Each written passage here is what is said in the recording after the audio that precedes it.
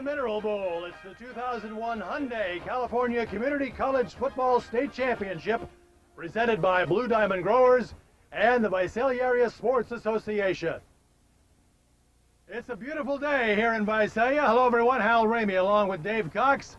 And we should have a good one today for the state championship, Dave. San Francisco and Palomar. Well, San Francisco is looking for their third straight title, but also they have won 35 straight games. The last time George Rush's Rams lost a football game, it was to Tom Kraft's Palomar Comets in the '98 championship game. So there's a little history between these schools. And when we look at San Francisco, let's start with the Offensive Player of the Year, Johnny Mack. Yeah, Johnny Mack, a great running back. He has been super this year, but he was also here last year. You see him breaking away for a touchdown against Bakersfield, so he brings that experience to the table, and that's important in a championship situation. He wore 20 last year. He's wearing number 4 this year. The results have been the same. He's had a tremendous year in leading this team offensively. All right, looking over the defensive side of the football, we start with linebacker Lance Mitchell. Yeah, Lance Mitchell right in the middle of the defense for San Francisco. He's a very physical guy, looking forward to butting heads with the offensive line for Palomar, the strength of the Comets team right up front. Expect him to be right in the mix and bring a load. The San Francisco defense will be facing the #1 offense in the state. They're averaging 501 yards per game at Palomar. And the man directing it, Andy Goodenough, the quarterback. Yeah, Goodenough's had a tremendous season, a great game last week to get them here. The key for him is to avoid the rush and the pressure put on by San Francisco. They're going to blitz and come after him. He's got to give his receivers time to run their routes, and if he can do that, buy some time, they could be successful offensively. And leading the way defensively for Palomar, an All-American cornerback, David Dixon. He's got 7 interceptions. Well, stats don't mean anything at this point. Yes, he's got 7 interceptions, but he's fast. They need speed because San Francisco has 4 or 5 receivers that can all run well. If Dixon and company can keep San Francisco from having the big play, they'll give their offense a chance to win the game. A lot of great athletes on the field today, so it's San Francisco and Palomar for the state championship. We'll be back with the opening kickoff, so stay with us.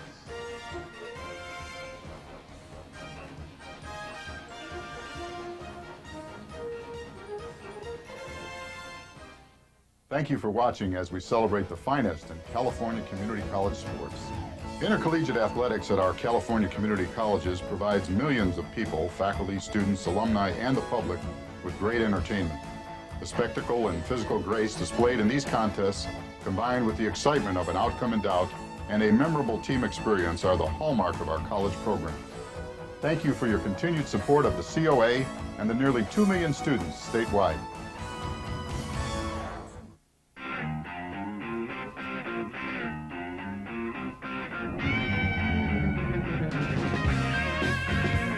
If you've been holding out for the right SUV, welcome to Santa Fe. V6 power, full-time 4-wheel drive, and the freedom of America's best warranty plan. The new Santa Fe from Hyundai. It was worth the wait.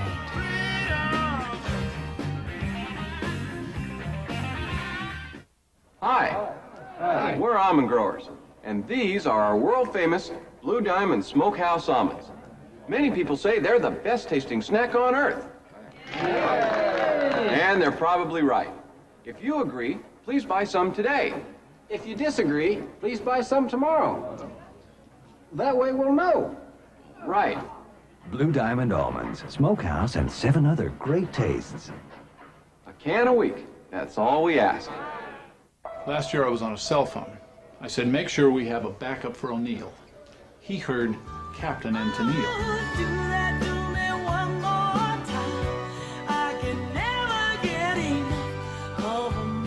So that's when we got free and clear with Sprint PCS. Real clear calls and nationwide long distance included.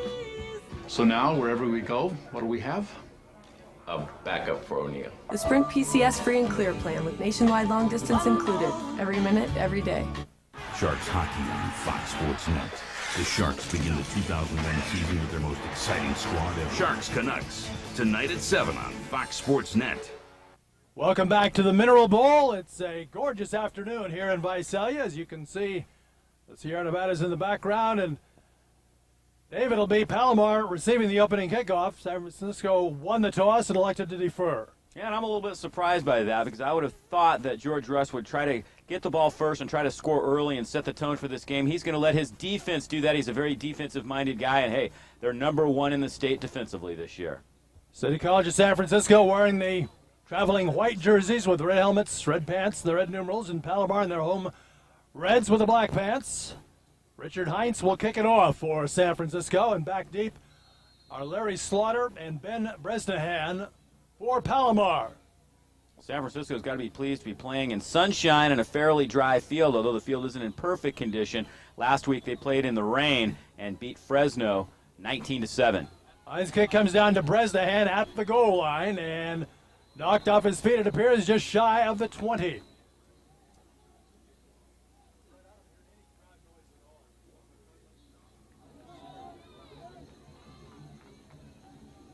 So Palomar will get the first opportunity here.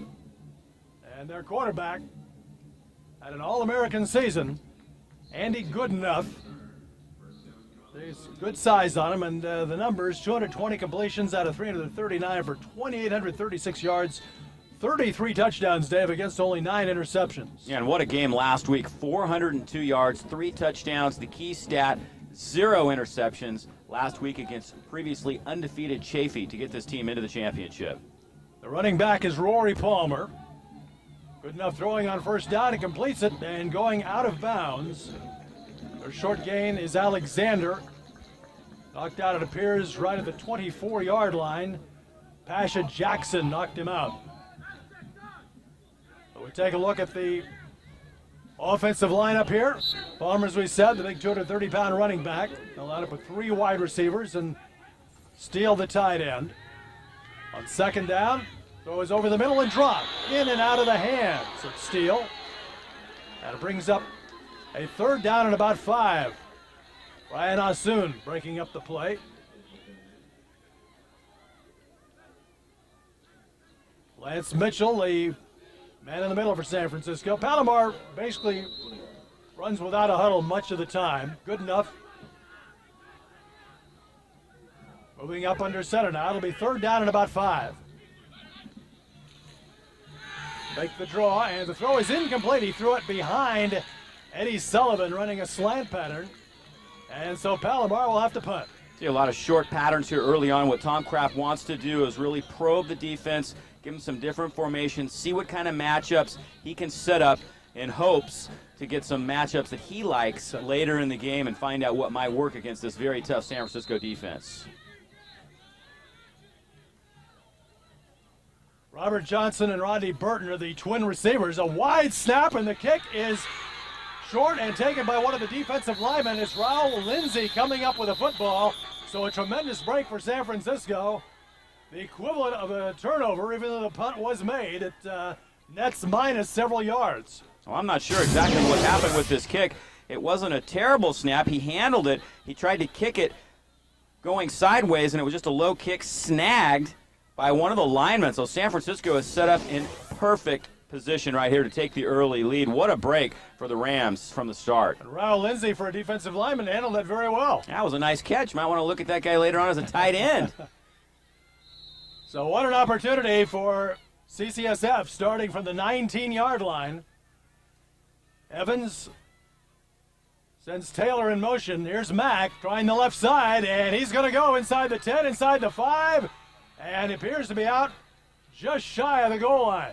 What a huge hole. He came through there and had Dan Christian, the tackle, out in front of him, and Christian didn't have anybody to hit. That's how big the hole was. Christian just kind of cruised right through there. Watch him, big number 68, 6'6", 340. He's cruising through with nobody to hit. If he doesn't have anybody to hit, certainly nobody's going to touch Johnny Mack. He cruises inside the 5. Stepped out at about the 3-yard line, it appears. Play has been held up here. The referee, Ken Rivera, going over to the San Francisco bench. And I'm not sure what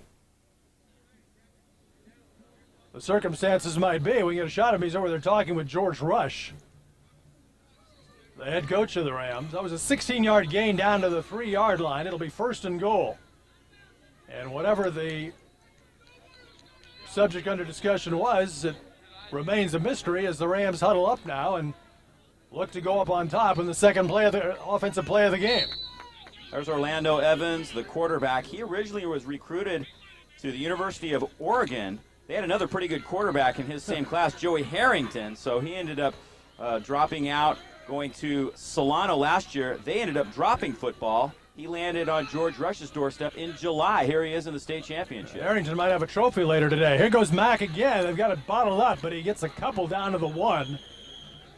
It appears it'll be second and goal at the 1-yard line. Marco Chavez, the standout middle linebacker and captain of the defensive unit, makes the tackle for Palomar. Yeah, much better job up front by Palomar, and they've really got their backs against the wall right here to start the football game.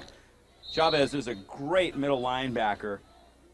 He can play the run or the pass real well, and he says when you play against San Francisco, you can't concentrate against either. You've got to be ready for both. There's the backfield and the receivers for San Francisco. Mack has had the first 2 plays offensively. It's second and goal now at the 1. Mack again spins out of the hit and goes in standing up. So the Rams take advantage of getting possession at the 19-yard line after the negative yardage on the punt and go in. We've got a little skirmish post-play there that the officials were able to break up, but San Francisco on top, going 19 yards in 3 plays to the touchdown, all 3 plays in the hands of Johnny Mack, and he scores on a 1-yard run. Now, what a great job by Mack. He goes right into the line. There's nothing there. He spins away and still gets the touchdown. He is so tough and so quick, just 5'8", 185. Heinz will attempt the conversion now. Shell Nason is the holder. And the kick is good. So City College of San Francisco jumps out to a 7-0 lead here on the strength of a 19-yard drive after the short punt. So that's it after the opening minute and 16 seconds. San Francisco on top at 7-0, and we'll be right back here at the Mineral Bowl. The spirit.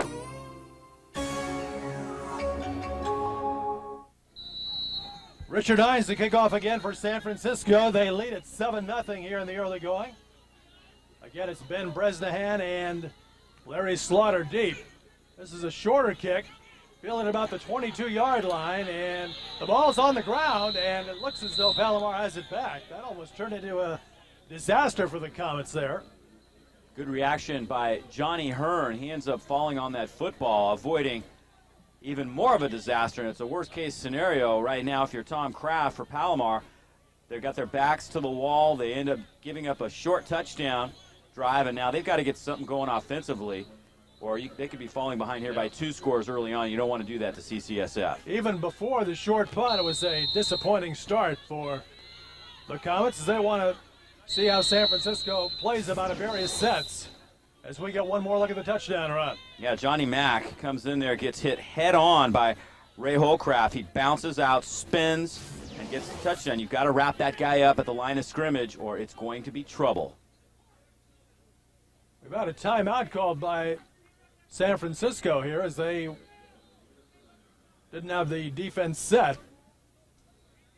There's a difficulty in playing Palomar, David, as they frequently run out of this no huddle or very short huddle. And George Rush is a little worried about that. He says this presents some problems for him defensively. He calls the defense out. And he says that his team defensively, though, is very intelligent. They'll adjust. Let's take another look at the offensive lineup there, the skill people for Palomar. Palmer is the big running back. They've been putting the ball in the air thus far. There's the offensive line. Their challenge to handle the defensive line is a big one today. Yeah, both these teams have very large offensive lines, and it's really the strength for this Palomar team is up front because they have been able to keep good enough from getting sacked a lot this year. And that's the key today because CCSF is going to blitz. Both teams like to do that, but we're going to really see CCSF try to put on a lot of pressure, try to disrupt good enough flow and rhythm. And if they can do that today, it could be a long day for the Palomar offense. But this team is loaded offensively. They've got some great receivers, and Palmer's a great back as well. 3 wide receiver set, and this play is blown dead as Goodenough drops back from center, and another timeout by San Francisco. So that's a little bizarre to have a timeout and then have to ask for another one. I'm not sure what the problem is over there. Jabril Wilson came out of the football game on the first timeout. He's one of the better guys on the defensive side for CCSF. Now he's going to come back into the football game, but they burned 2 timeouts in a row with a 7-0 lead. There's George Rush. Been here at CCSF since 1977, and nobody's had more success than him in the 90s. Just a tremendous job of putting this football team together, getting them here to the championship for the 5th straight year. Lost 2 and then won the last 2 over Allen Hancock and then Bakersfield. This is the 3rd time these teams have met in the 90s. They met back in 93, and Palomar won that one. They met in 98. Palomar won that one as well. Taking a look at the starting defensive lineup for San Francisco. Pratt, their leading tackler, the linebackers, and Mitchell has had a standout season. And Wilson heads that secondary for the Rams. Good enough passing again on first down. Looking for Bresnahan deep. Excellent coverage. The ball a little underthrown and incomplete. Yeah, there you see the speed of that defense for San Francisco. Very tough to get behind those guys. And that was Choki on Yenigetcha that was stride for stride with Bresnahan. And the ball was a little underthrown. Excellent coverage. So it'll be 2nd down and 10 here. Talk about speed on Yenigetcha out of El Cerrito. Ran a 10-400 meters in high school. He can flat out fly.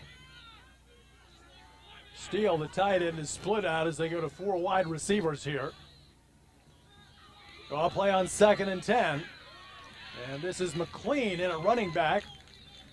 Stumbles across the 25-yard line, it appears. See where his knee touched, maybe closer to the 26. As Lance Mitchell, the middle linebacker, got him. Call it the 26-yard line. And it'll be 3rd down and 7. Now, Palomar will bring 3 or 4 backs at you, although Rory Palmer is the primary guy with 940 yards during the regular season in 9 games. Penalty markers come out as McLean takes another handoff and is stuffed for a loss back into the original line of scrimmage at about the 23. We'll see what the markers are for. Lawrence Turner, the free safety, came up to make the hit. Yeah, what a hit it was. He came up on the blitz. Defense. 5-yard penalty. Repeat. 3rd down. There you heard the referee, Ken Rivera, indicate offside against San Francisco. So that'll take it back to 3rd down and about 2.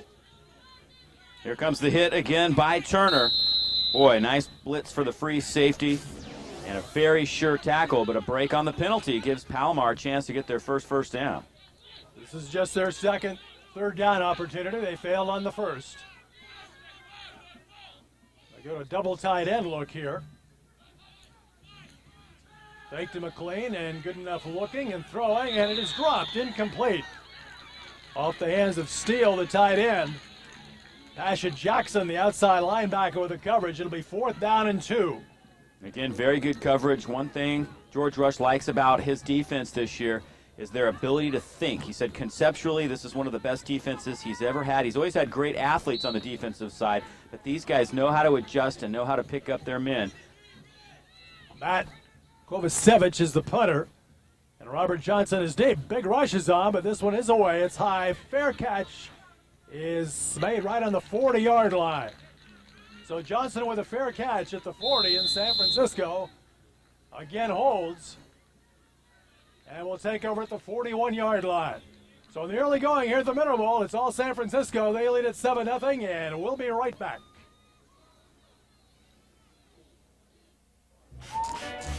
CCSF coming back onto the field. There you see they are close to Palomar in terms of offensive numbers. Shy by a little more than 20 yards a game, or a little more than 40 yards a game. So Evans has his offense ready to go from the 41-yard line. The offense has consisted of back so far, and he takes another handoff and bangs out for a couple. Andrew Wojcik makes the tackle. There's a look at George Rush prowling the CCSF sideline, completing his 25th season as head coach. They've had a fairly cruise-through season this year. Foothill played them pretty tough, 24-7. He says the best team they've played so far this year was Modesto. They trailed 10-0 early on in Modesto and then came back and won that football game 41-21. Fell behind Fresno last week in a punt block at 7-0 and then did all the scoring after that. Evans throwing and a little underthrown and incomplete along the sideline. Not quite high enough for McConan to collect. He's one of the frequent targets of Evans, 33 catches on the year. So 3rd and long now, 3rd down and 8. Yeah, Evans coming here, I talked a little bit about that earlier, how he came here in July. This is his 3rd system in 3 years. He's only been here since July, so it's about 4 months worth of work in this system. And it's not an easy system to learn, but Coach Russ has a lot of confidence in his ability to call the plays and run his offense. 3rd and 8 now, 4 wide receivers set. Dakota coming in motion, and Evans rolling to buy time and throws. It's deflected, but still caught. Are they saying that's a good catch? It looks like it. It is a good reception down at the 46-yard line. Hauled in there by Zach Fletcher. Great concentration by Fletcher. The ball was tipped, and it was low. He still manages to keep his hands underneath that football. Here it is. Good look from the end zone. Evans with a little roll out right. And here comes Fletcher just kind of camping out right there in the zone. Makes a nice grab. First down. So Evans, with his first completion and 2 attempts, it was Ray Holdcraft, the outside linebacker, actually tipped that ball, but a completion to Fletcher nonetheless. Draw play to Mack again, and he's got good yardage. He's got a first down, bouncing to the 35 of Palomar. Well, this is all Johnny Mack on this play. Palomar had it defended fairly well. It was a little counter, and Mack just busted it to the outside, realized that the hole wasn't where it was supposed to be. Makes a little bit of an adjustment, and off and running goes Mack. Here it is again. Watch the counter. You see the guard pulling. Supposed to be right inside there. He says, nope, nothing there. I'm going to go to the outside. And his speed, he is so quick, and he's tough to see behind those bigger offensive linemen. So Mack with a first down, 21 yards in his first 4 carries. Evans slipping as he works his way to the sideline, throws in a good defensive play as that ball was in the hands of Fletcher, but knocked out of there by Freddie Ellis. Well, that was nice coverage by Palomar, and that is exactly what they have got to do. They can't let San Francisco just march down the field like that. It's going to set up all kinds of things, all kinds of trouble, and Freddie Ellis comes up with a big play. They've got a good secondary. The question is, for this Palomar team, as we see Evans slip a little bit right there, can the defensive line put on enough pressure? Because San Francisco has the advantage with the speed in the secondary, and if Evans has time, eventually those guys are going to get open deep. The Rams right now are in a section of the field about 25 yards in length where the footing is really poor. Here's a big rush, and just throwing it away as Evans lobbing that ball out toward Mack for the incompletion. Oh, yeah, nice blitz. See him going tit for tat a little bit here. San Francisco put on the blitz. Lancaster this time really shut Palomar. Through there. Shane Lancaster from his nickel position really putting the pressure on Evans. Yeah, a little unusual to see the safety have as many sacks as he's had this year. He had 3.5 sacks against Southwestern back on September 15th. So they like to bring that guy. 3rd and 10 now. Evans is just 1 for 4 thus far. For the season, he completed nearly 66% of his passes and was only intercepted 4 times while throwing 26 touchdowns. That's a pretty good ratio. And the amazing thing was what he did last week in the rain. Incredible. Yeah. In those conditions, Mack and Evans both had big games last week.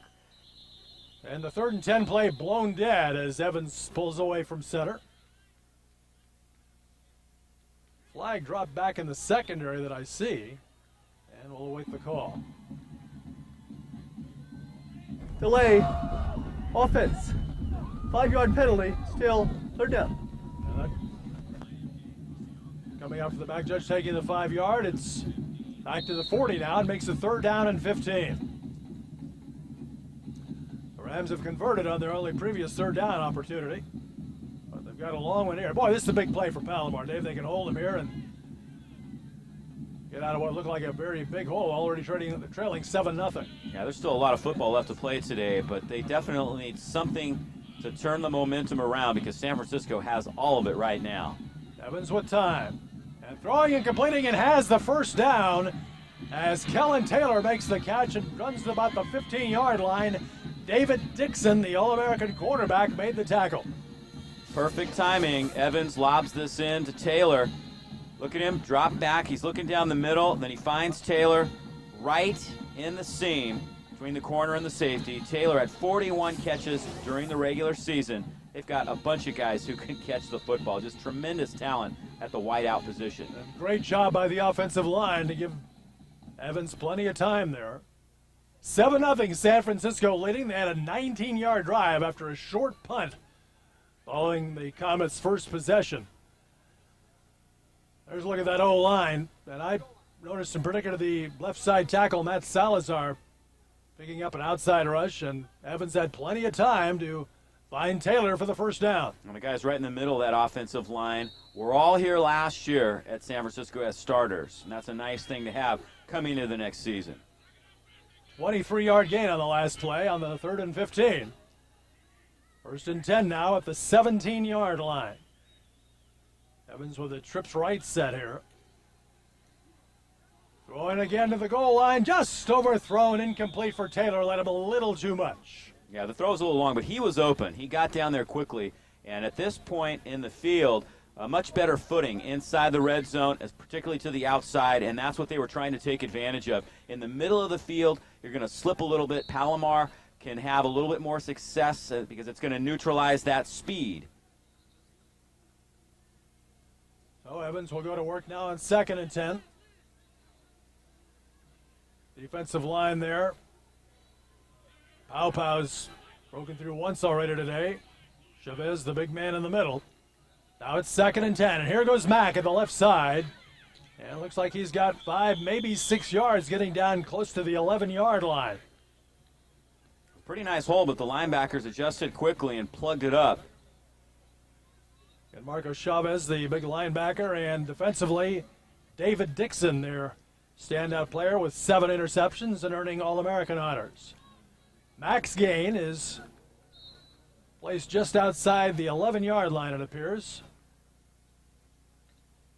And Dixon is not only a California State All-American, but he's also an All-American with the JC Grid Wire, which gives that All-American status, including the entire nation. Mack now 6 carries for 37 yards. 3rd and 5, and the ball is going to be complete, but apparently shy of the first down, as Mackinnon made the catch but had to come back to the ball. It'll be spotted just outside the 9 where Greg Farr touched him down.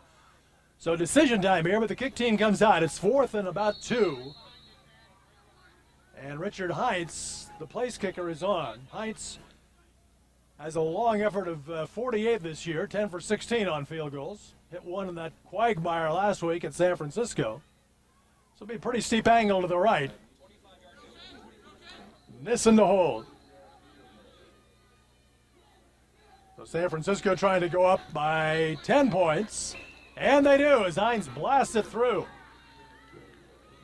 So it's a 10-0 lead for the City College of San Francisco, as they have a nice march there, leading at 10-0. 10-0, Rams on top. We'll be right back. 10-0 for City College of San Francisco now. 50-yard drive at 11 plays to that field goal. The 25-yarder for Heintz, and he'll kick it off. Slaughter and Bresnahan again deep. And this will be Bresnahan at about the 2. Tripped up, he's out to about the 23-yard line. Petty Piney making the tackle on the kickoff team. Well, Palomar really under the gun now, Dave. They're down 10. They, A, need a score. B, they need to give their defense some rest. They need some first downs here, if nothing else. Yeah, Tom Kraft talked about probing a little bit early in the game, but I think it's time to try to make something happen here. Hopefully he's found some things that he believes he can exploit in that San Francisco defense. There's not much because they are so good conceptually and they've got so much speed, but if anybody can find a hole in it, it's Tom Kraft. Palmer is back in there, big running back. He was out on the last series. Good enough, being chased to his right, and us unloaded across the sideline as he just ran out of time. Yeah, he did, and the sad thing about that is he had a man who was breaking free and breaking open. It was Palmer, but he didn't see him because he was flushed, and he had to get rid of the football, but Palmer was just starting to break open out of the backfield, and good enough didn't see him. So it'll be 2nd down and 10. Good enough is just 1 for 5 thus far. And his completion percentage coming in was in the mid-60s, 65%. Rushes on again as he's throwing up the right side. It's incomplete as the receiver out there looked DeAndre Alexander and couldn't quite come up with it. Might have been underthrown a bit, but pretty good coverage as well. Yeah, that was a great read by Goodenough. He knew what was happening. He read the blitz, and he had Alexander out there. It's a very tough play to time out because he had to get rid of the ball so quickly because of the pressure up front. But cornerman Ronald Dunn and the safety Lawrence Turner came over. You see Palomar dominating its opponents, 6 times holding them to less than 10, so they're not going to do that today. They put up some big numbers, and they play in a very tough conference, the Mission Conference, down in Southern California. Good enough after the play fake, fools very few of the white shirts, and he is sacked back near the 12-yard line. Chauncey Clark, who's a pass rush specialist with 18 sacks on the season, came through to get him. Yeah, they bring Clark in situations like this, and look at how effective he is. He comes from the outside, uses his speed, and a great move, and he makes the sack right there. He beat Ryan Morris, the big tackle. School record in sacks this year for Chauncey Clark. Robert Johnson back as a single safety. Brad Kovacevic will do the punting again. And he gets away a high booming kick. Fielded at the 46-yard line. Johnson starting across the 40 and down to the 39. So great field position again for San Francisco. This game being played almost entirely on the Comets' half of the field in the first quarter. That was a great Andrew kick. Dorsey made the tackle. Very nice kick, but Johnson, who averages about 18.5, he's also returned a couple for touchdowns this year, whittles his way into Palomar territory, and again, the Palomar defense has got to find a way to stop San Francisco with a short field to defend. So the defense under the gun again for the Comets as Evans and the Rams go to work at the 39-yard line of Palomar. Here goes Mack, left side.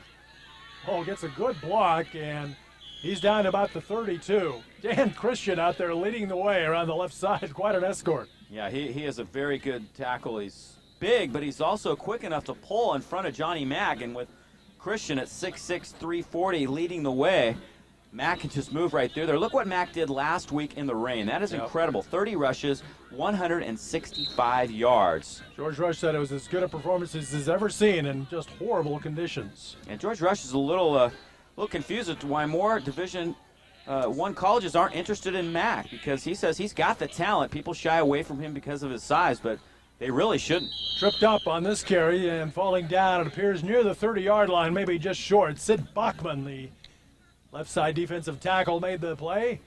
It'll bring up 3rd down and 1. George Rush says, he's about 5'8". Most of the Division I schools are looking for 6-foot running backs right now. Yeah. And if that was always the case, there'd be a lot of great running backs that never played in college or in the pros. Look at guys like Barry Sanders. Hey, he wasn't 6 foot, but he was a pretty good back. He was all right. I think he could play a little bit. 44 yards in the first 7 carries for Rush. It is now 3rd down and a long yard, just shy of the 30. Here goes Rush again, and he's got the 1st down and more. Almost a lot more. Finally wrestled down just across the 20-yard line by Caleb Velez, the free safety. They've got to get more pressure on the outside. They've got to keep him in. What's happening is Mack is bouncing to the tackle, reading the hole. If it's not in the middle, he bounces to the outside. And that's the second time we've seen nobody there outside to fill. Here comes Mack. Watch, the defensive line does a pretty good job right there in holding their position, but Mack is able to bounce it to the outside, use his speed, turns the corner, and it's another 1st down for San Francisco. 45 yards and 8 carries for Johnny Mack. 3 receivers to the left. Comes a rush from the backside, but the throw into the end zone and caught for the touchdown. Perfect play to Kellen Taylor, and the Rams go up 16-0 here less than 10 minutes into the game. Wow. Kellen Taylor slips behind the defense somehow, and it was the right call at the right time. Evans with the perfect pass, and that one was way too easy. Tom Kraft has got to be concerned with how easy that drive was for San Francisco. They're gaining confidence right now, and they've got a big lead. Richard Hines trying to add the conversion now. And the lead is 17-0 in favor of the Rams.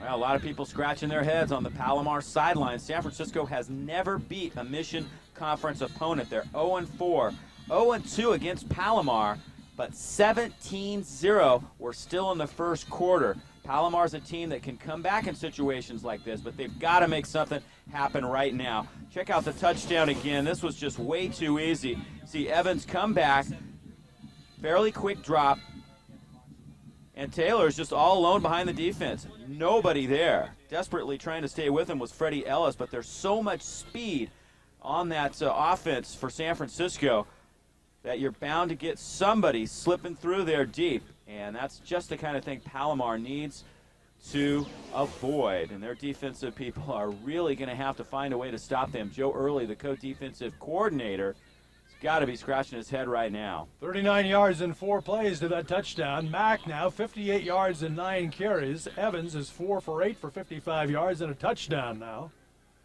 And Taylor with 3 catches, the last one for a score. You can see how cool Evans is. He's just sitting back there, finding the right guy. He's got a lot of schools interested in his services. Indiana, Mississippi State, Maryland, and West Virginia. All schools that he might end up at next year. Once again, it is Slaughter and Bresnahan deep. This time it is Slaughter who moved over to the right side, taking the kick. Coming up the middle, out near the 25-yard line, then knocked back. So it'll be about the 23-yard line where the Comets will start.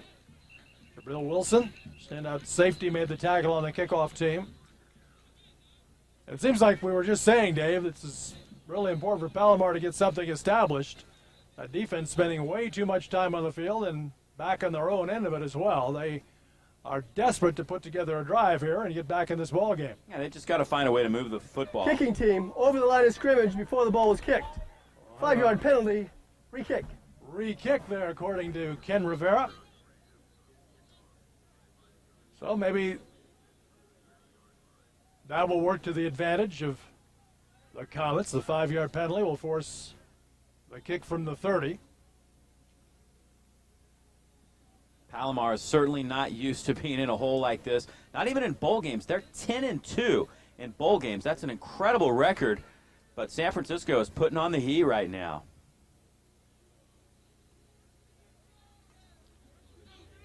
The Comets have not been able to come up with a first down as yet. It's been 3 and out.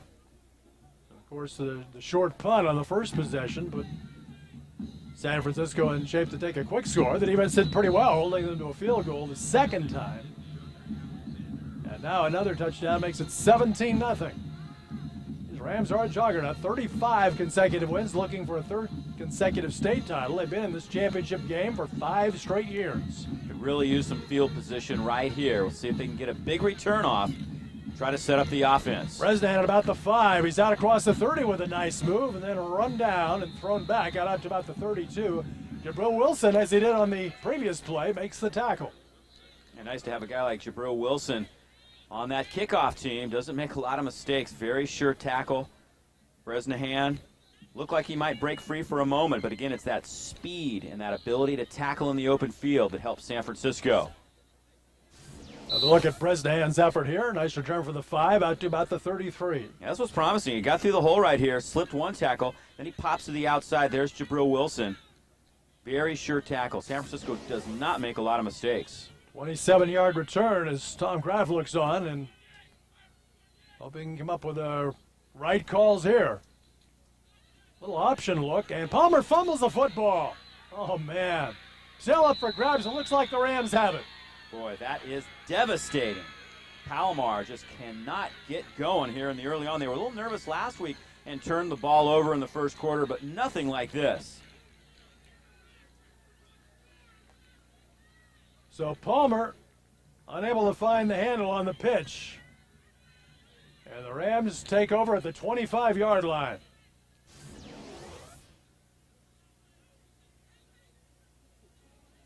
Just a low pitch and really made it tough for Palmer.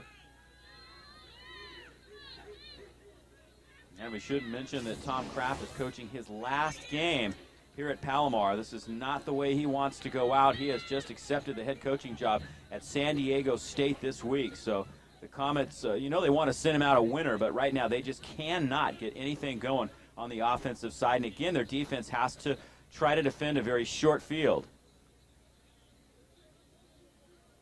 Kraft will be returning to his alma mater at San Diego State. He played there, later coached there, was the offensive coordinator under Ted Tollner, who's been the coach for the last 8 years. Ted, familiar name at every level in football, started at College of San Mateo in the JC ranks, later the head coach at San Diego State and USC. At the time was the offensive coordinator with the Bills, back to San Diego, and now it'll be Tom Kraft taking over. Evans on first down, looking to the end zone. Oh, nice catch for the score. A beautiful catch hauled in over the shoulder by Fletcher. Oh, my goodness, Fletcher.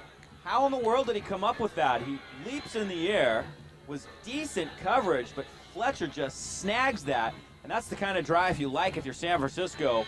One play, touchdown. Zach Fletcher's 6th touchdown catch of the season, averaging 14 yards per reception, and that one a little bit longer, went for 25 yards.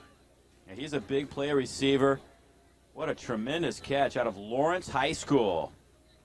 Heights ready again, nails his 3rd consecutive extra point. And it's a 24-0 lead after this play. I know it's going to be tough for Palomar to stay with the speed of San Francisco, but I had no idea it would be like this. Look at the adjustment by Fletcher. He comes back to the ball, and that is not as easy a catch as he made that look. Donald Dixon looked to be in pretty good shape, but Fletcher bigger, and he knew where the ball was. And it is a 24-0 lead for San Francisco. 25-yard drive in one play after the fumble recovery. So you've had a turnover there, Dave, and you had the earlier short punt, which was like a turnover, and to give San Francisco opportunities like that, you just can't do it. No, there's no way you can make those types of mistakes against San Francisco because they're going to convert. They're going to capitalize. And right now, everything is going their way. Palomar has just not shown up yet in this football game, and Tom Kraft knows it. His team has got to get something going. There he is. Tom Kraft has been kind of a tough week for him because he's had to negotiate with San Diego State. At one point in time, his name was pulled out of the hat, and the next day they announced that he did get the job. So it's been a real crazy week for him trying to prepare his team for this and deal with that at the same time. Well, he's not in an enviable position now. DeAndre Alexander and Ben Bresnahan go deep for the Comets. There's good enough standing right next to his coach. And Heinz will kick it off again. He's going to have a sore foot if this game keeps up like this. 4 placements, and this will be his 5th kickoff. Busy 10 minutes on the clock.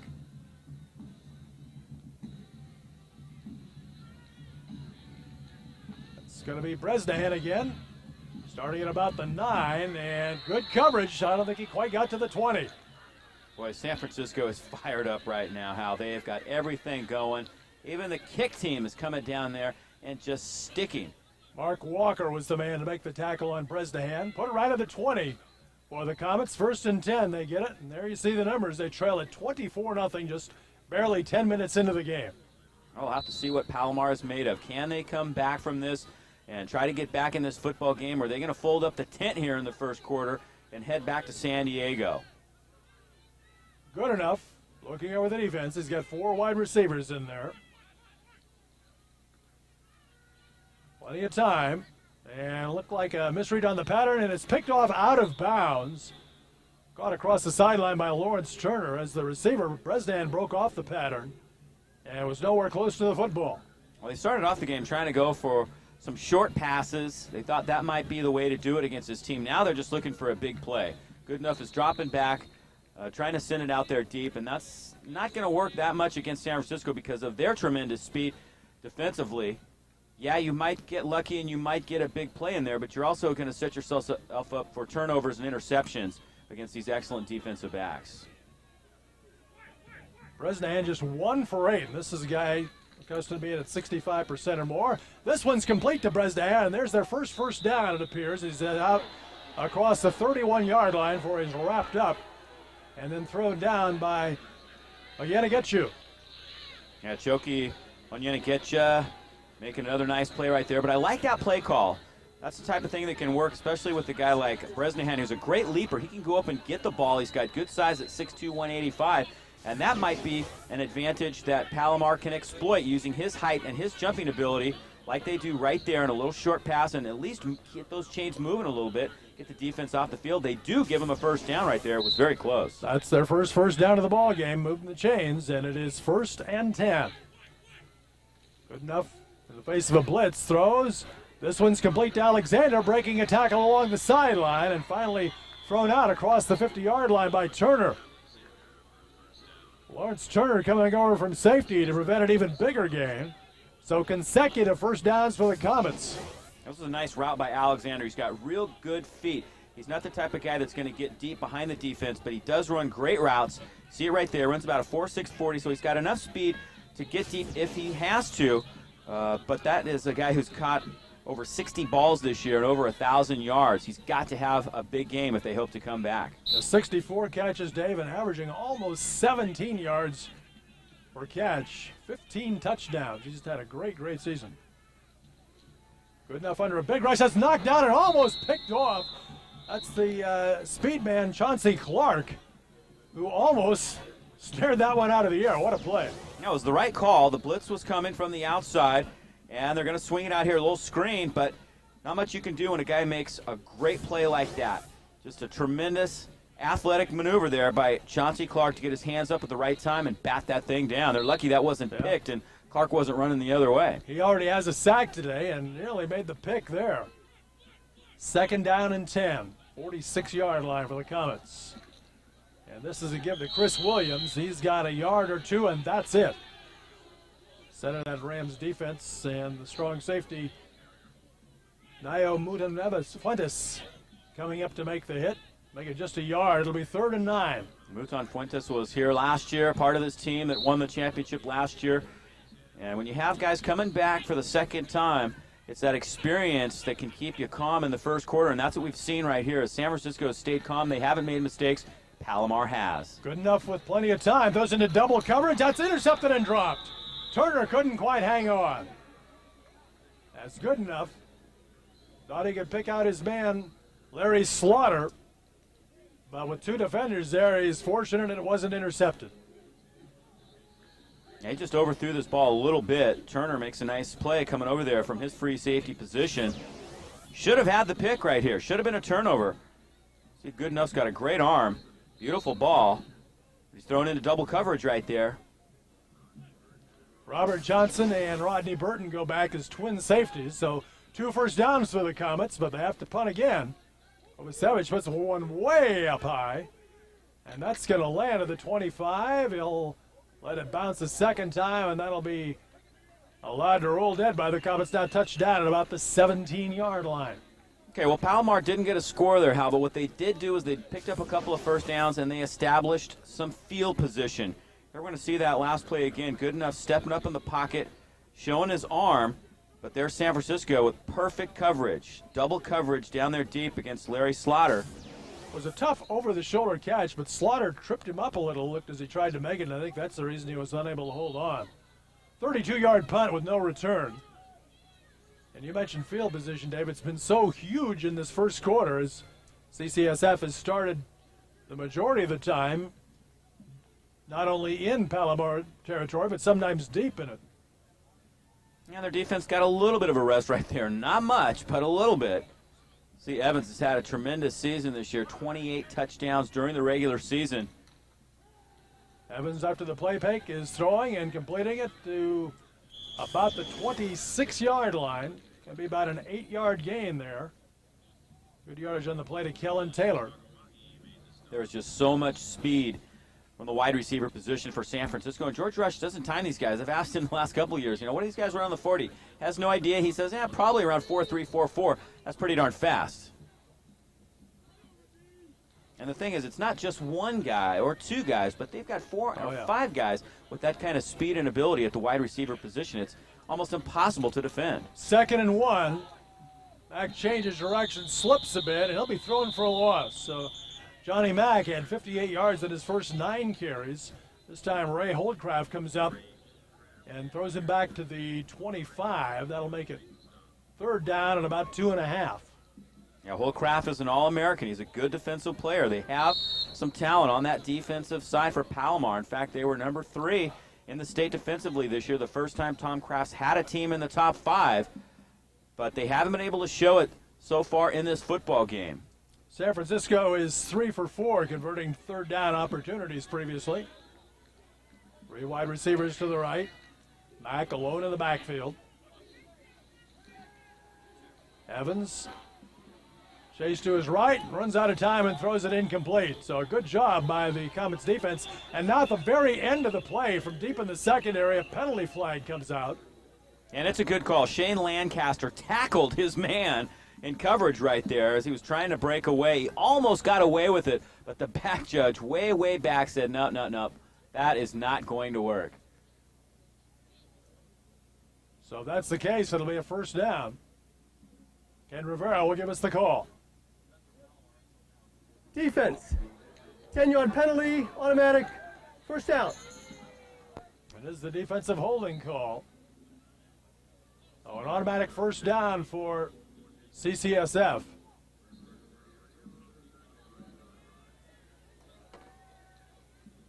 Penalty puts it up at the 35-yard line. It's the first penalty against Palomar, and it comes at a most inopportune time.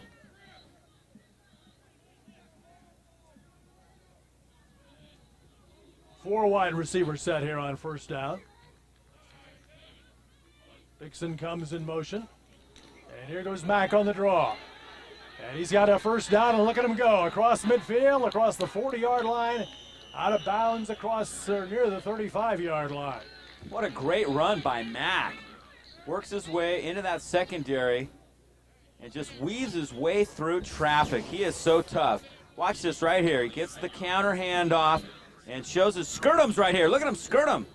1, 2, 3, 4 guys. Just leaves him in his wake. And Mack is into the secondary. Needed one more block. Didn't quite get it. But Johnny Mack with another nice run. Dixon finally forced him out of bounds, they say, at the 36-yard line. Mack now with 86 yards on the day. 87 yards on 11 carries. Let's make it. Or he did have 1 yard loss, so it's 86 is his net total. And here he goes again. And here he goes again is right. He's got another first down, wrestled out near the 23-yard line. Well, San Francisco's got it all going on right now, Hal. They've got the passing game going and the running game. Palomar is just completely confused defensively. They can't do anything to stop this machine right now. Greg Farr making the tackle as Mack goes up near the 100-yard mark. Look at the hole. Is not there again, but Mack bounces to the outside. The wide receivers for San Francisco are doing a great job of blocking downfield. That's a real key. Yeah, they're great receivers, but they're great blockers as well. It's a good job by Greg Farr not to give up on the play to come back and make that tackle. 13 yards. Mack's at 99 now. Yeah, how about we're that? Still in the first quarter. 100 yards in the first quarter. Could be headed for a big day here. First and 10 at the 23 of the Comets. Evans looking to the goal line again. Incomplete. Just off the hands of his intended receiver over there, and good coverage from Freddie Ellis. And Brockenbrough unable to haul it in. And Princell Brockenbrough almost pulled that in. He's had 11 touchdowns during the regular season for San Francisco. Again, they get the single coverage they want, lob it up there, let their guy make a play, and he almost does. Real close. Freddie Ellis almost called for a pass interference right there because he didn't look back at the ball, but he got away with that one right there. San Francisco is just doing a great job of getting their guys into the right matchups that they want, getting that single coverage that they need to be successful. We're looking at the 40th offensive play of this first quarter right now. Evans rolling right. I believe that skipped in there. It did hit the ground first. Incomplete. Great effort by Fletcher, but he short-hopped it. And it'll be third down and 10. And the key right there on that play is the pressure that Palomar was able to put on. Evans couldn't hold the ball as long as he wanted to, and he had to throw a little bit early, and Fletcher couldn't catch the ball. It was just a low throw. So Palomar trying everything they can do to stop San Francisco, finally able to put a little bit of pressure on Evans. Third and 10 situation now, and well, that's an equipment problem we got for the Rams or what has happened, but yeah, Johnny Mac's helmet's off, so he's going to have to do something about that. He's going to have to come out for a play. Theo Warren will come in and run out of that back position, and he'll have to find a new lid. They have quite a drop-off there. Mac's averaging 8.2 yards a carry, and Warren only 7.2. The ground game's not bad when they choose to go there. 3rd and 10. They likely would be throwing here, you'd expect. 4 wide receivers set for Evans. Back he goes with time. Throws and completes it, but it'll be short of the first down as Mackinnon is wrestled down near the 16-yard line, it appeared. Shane Lancaster making the tackle. It'll be 4th down as it's spotted back just across the 18. 4th down and about 4. And the field goal team comes out. Heinz is on. Heinz has been very solid this year. 35-yard effort. As long as 48. He's really had the ball exploding off his foot today. This one is good again. So Richard Heinz knocks through his 2nd field goal, and the Rams lead grows to 27-0 as we're into the final 29 seconds of this first quarter, and it has been a long one for Palomar. And for Palomar, at least you didn't give up another touchdown, but you did give up more points, and it's 27-0. Hard to believe when you look at the strength of this Palomar team and what they've done over the years that CCSF is able to rack up 27 points against them in the first quarter. Well, there's been a lot in this quarter, Dave. It's 41 offensive snaps. And let's see here, 25 passes already. It's taken nearly an hour to play. And Palomar just wishes they could start again. Yeah, there's no question about that. Can we get a do-over here? I don't think the Rams will go for it. Yeah, might need a mulligan here. So as we said, Heinz, he may have a sore foot by the time this game's over. He's been a busy man. Yeah, he's definitely getting a workout in. 3 conversions, 2 field goals, and I guess this will be kickoff number 6. The deep returners are Alexander and Bresnahan. So part of the game you don't want to get too much practice at game conditions. This is Alexander at his 5. Out to the 20, close to the 25, it appears. So Palomar got moving a little bit in his last series, forced a long punt. And the Rams responded by driving 65 yards to the field goal, which was 35 yards out from Heinz to make it a 27-0 lead.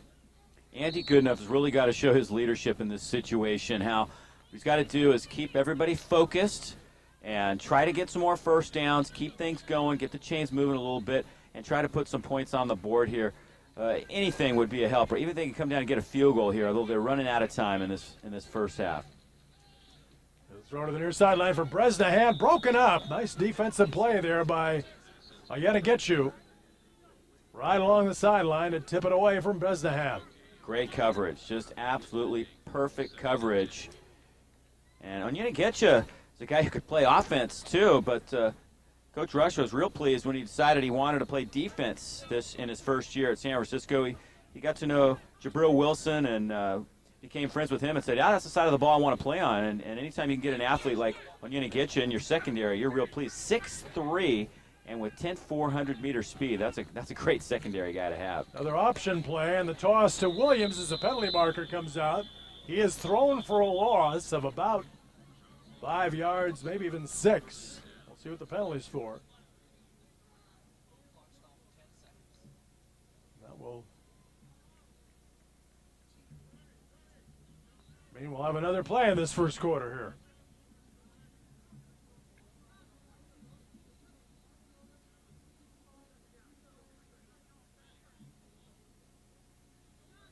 Officials get it sorted out, and it was offside for the second time here. 5-yard penalty. Repeat. 2nd down. So the penalty moves it up to the 29-yard line. It's 2nd and 5. Well, San Francisco is really trying to anticipate the snap and and bring everybody in there and try to put pressure on. That time they just jumped a little bit early. The clock restarted here. And the first quarter has come to an end here at the Mineral Bowl. So it was all San Francisco in the first 15 minutes. The Rams are up on top by a score of 27-0. Back with the second quarter, so stay with us. Tonight at 7 on Fox Sports Net. Well, we're going to the second quarter here, and it has been all San Francisco in the first 15 minutes as Palomar goes back to work here at 2nd and 5. 4 wide receivers set. Good enough throwing, but here comes the rush, and down he goes, sacked back at the 20-yard line. So San Francisco can tee off now, expecting the pass, and with the big lead, and that was Justin Jackson pouring through. Great pressure right up the middle. Here he is. He just beats his man, grabs Good Enough. Good Enough has shown surprising ability to avoid the rush this year.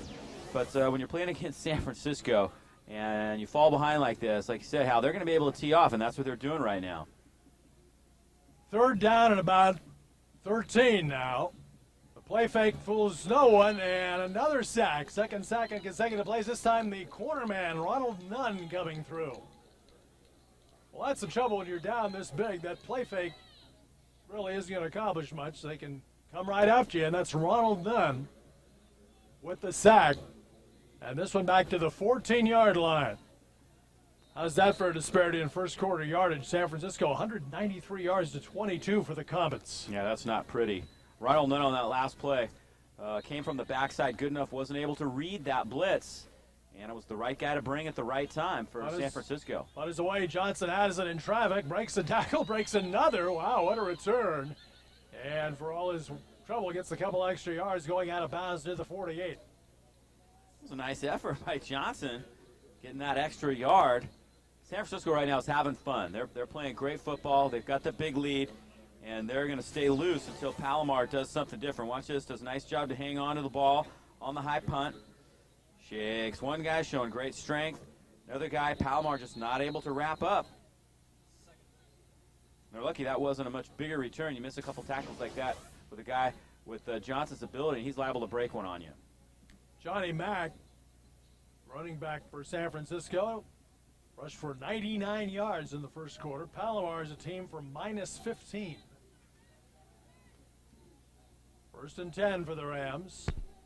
Evans with 3 wide receivers to his left, hands it to Mack.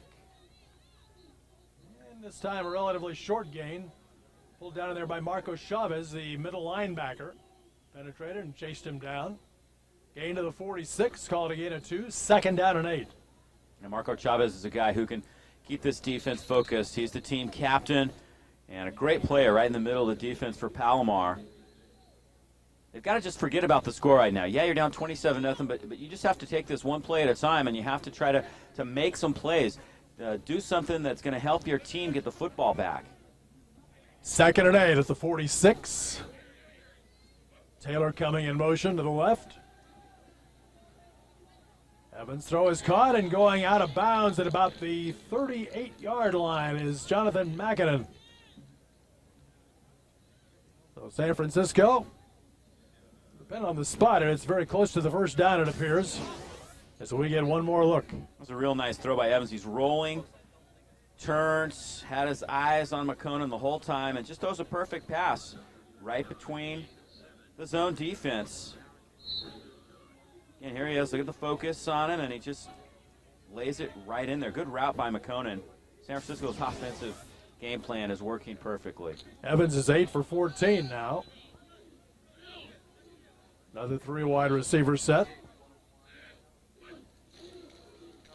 And keeps it himself, sticking for the first down. Getting to about the 37, it appears. Yeah, Evans can run the ball a little bit also. He had 343 yards rushing during the regular season.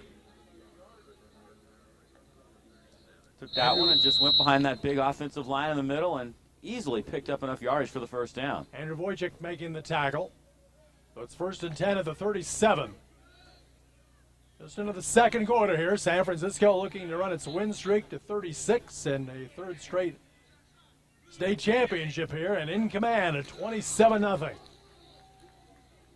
Evans, another completion, and along the sideline keeping his feet is Taylor.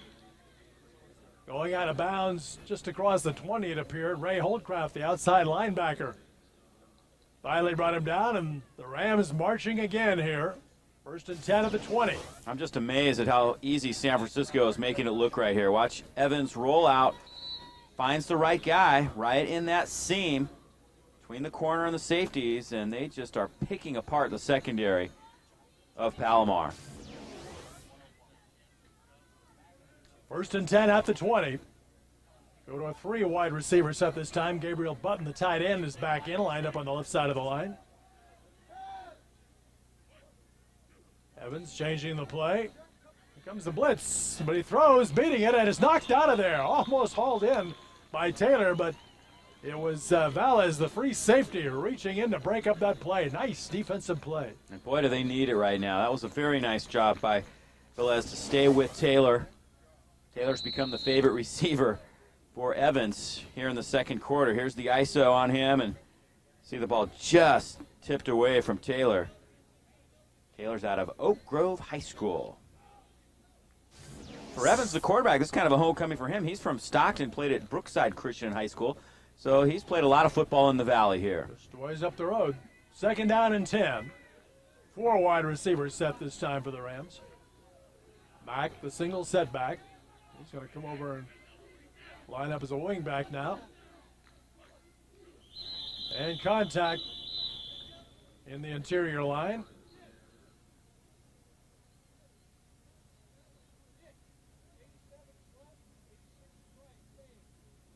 San Francisco's defense has been offside on a couple of occasions today, and we'll see who made the first move here.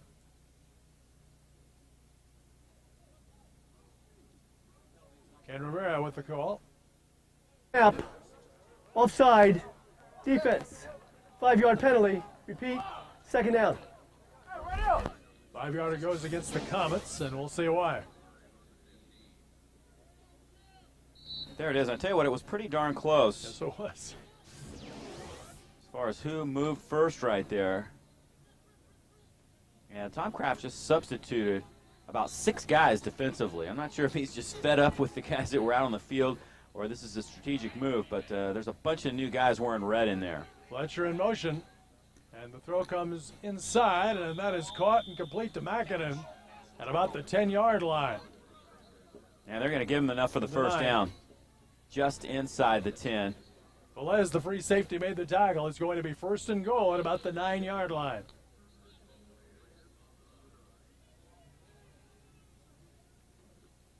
So the Rams, as you see, we're just 3 minutes into the second quarter, trying to extend their lead, which is already at 27-0. Conan out of Woodside, one of the local guys from the Bay Area playing for CCSF. A lot of local guys on this roster this year for George Rush. In past years, he's had more out-of-state players. He's very proud of the fact that he's getting the local talent, getting them to play this well. Face of the rush. Evans throws, and it's caught for the touchdown. Willie Dixon hauling it in for the score. And it's now a 33-0 lead for San Francisco. And there's the depth, and there's the talent. McConan a little bit shaken up, limps off. No problem. You bring in Willie Dixon. No drop-off. Touchdown, San Francisco. Heinz on for the conversion now.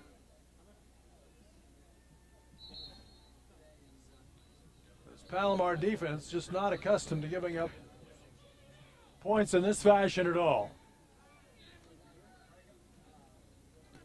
Kick is on the way, and not as strong as the others, but good enough. And it is a 34-0 lead for San Francisco, as they are just running away right now, completely unstoppable. 34-0 Rams. We'll be right back.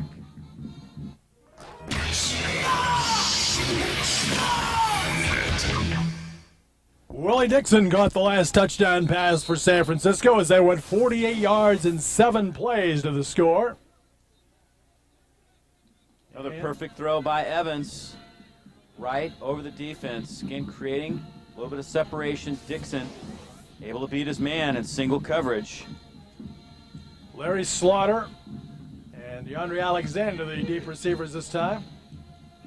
Well, somebody's got to make a play for Palomar. Somebody's got to step up and make a big play, whether it be on the kick team or on this offensive series when they get the ball. Alexander from his 3. Out to the 20 and wrestled down there. Now Wilson again on the kickoff. Second time at least he's made the play on the kickoff team. Yeah, Jabril Wilson is just a great player for this team. He's also out of Oak Grove High School in San Jose. Tom Kraft huddling his team together before they take the field. Imagine a lot of frustration for him right now, the way this game has gone.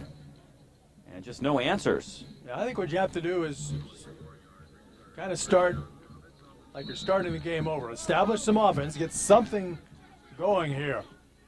26-yard return for Alexander, and they'll start at the 27.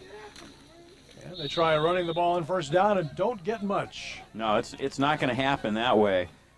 Mitchell, Martin, and Asun were all right in on that play, and they are bringing it. Sarah McLean spelling Rory Palmer here at running back. Gets a yard, maybe close to a yard and a half. It's second down, nearly 9. The offensive line's got to do a better job for Palomar. They take a lot of pride in their ability up front. There's a throw up the left side. Bresnahan can't hang on. Incomplete as he's separated from the football by ought to get you. It'll be third down and about 9. Well, Dave, thinking back, yesterday Tom Kraft told us he thought perhaps the key would be how well his offensive line can handle the defensive line of San Francisco. The linebackers that are so good and the secondary people great. And obviously they haven't won the battle up front either. No, they certainly have. They do a better job on this particular play, but then you've got the coverage from Onyenagetcha. There's so many great athletes on the San Francisco side and so many smart athletes that know how to play defense and know how to adjust to the multiple sets Palomar's throwing at them. Plenty of time or good enough, but the ball leads his receiver a little too much. Sullivan made a dive but couldn't come up with it. And it's another punt situation for Palomar as it's 4th and 9. Yeah, we saw an open man that time and good enough. His throw just wasn't on the target. And he's got to be thinking a little bit right now. He hasn't seen this kind of pressure all season long. Tom Kraft trying to calm him down, trying to keep him in this football game. And he had good enough as a 65% completion passer. He's 3 for 15 now. Another punt upcoming. Johnson and Burton are deep. This is Burton at the 45. Look at him go. He's going to go away. He might go all the way. Burton inside the 10, inside the 5. He does go all the way. A touchdown. At 55 yards for the score for Rodney Burton. What a great return. Burton's only averaged 5 yards a return this year. But again, San Francisco, yeah, he has definitely just improved at it. They're just coming up with all kinds of people that are making plays for this football team, whether it be on special teams, on offense or defense. San Francisco is bringing the complete and total package. Watch Burton right there. It's a decent kick, but he takes it, gets a nice block, which creates a separation, comes through the first wave of tacklers, and then turns on the blenders. Look at him go. Burton, not the biggest guy on the field, but he can move the football and then breaks a tackle just for good measure. 56 yards for the score. On the conversion attempt, it is blocked by Palomar. Jesse Bamausli is apparently the man who blocked it. So the conversion fails, and we'll take another look at it here. Yeah, this is probably first thing that's really gone right all day for Palomar is they're able to get the block, and this is a live football. And college football, you can pick that up and go the other way for 2 points if you can get a hold of it. Jesse Bamasili coming through the block. Remember, that's a live ball. Can't be returned now in the college game, but no return made. It is 40-0 in favor of San Francisco. If you'd have told me this was going to be the situation in the second quarter, I just would not have believed you. I knew it was going to be a tough game for Palomar, but I thought they'd be able to hang in there a little bit and at least get something going offensively. This is a team that averages over 500 yards of offense per game. And they just cannot solve this team's defense. There you see Tom Kraft talking with Andy Goodenough about what they'll try to do in the next series. And it's not like they haven't seen good competition down there in the Mission Conference. There's some great teams from their conference. Saddleback had a real good year this year.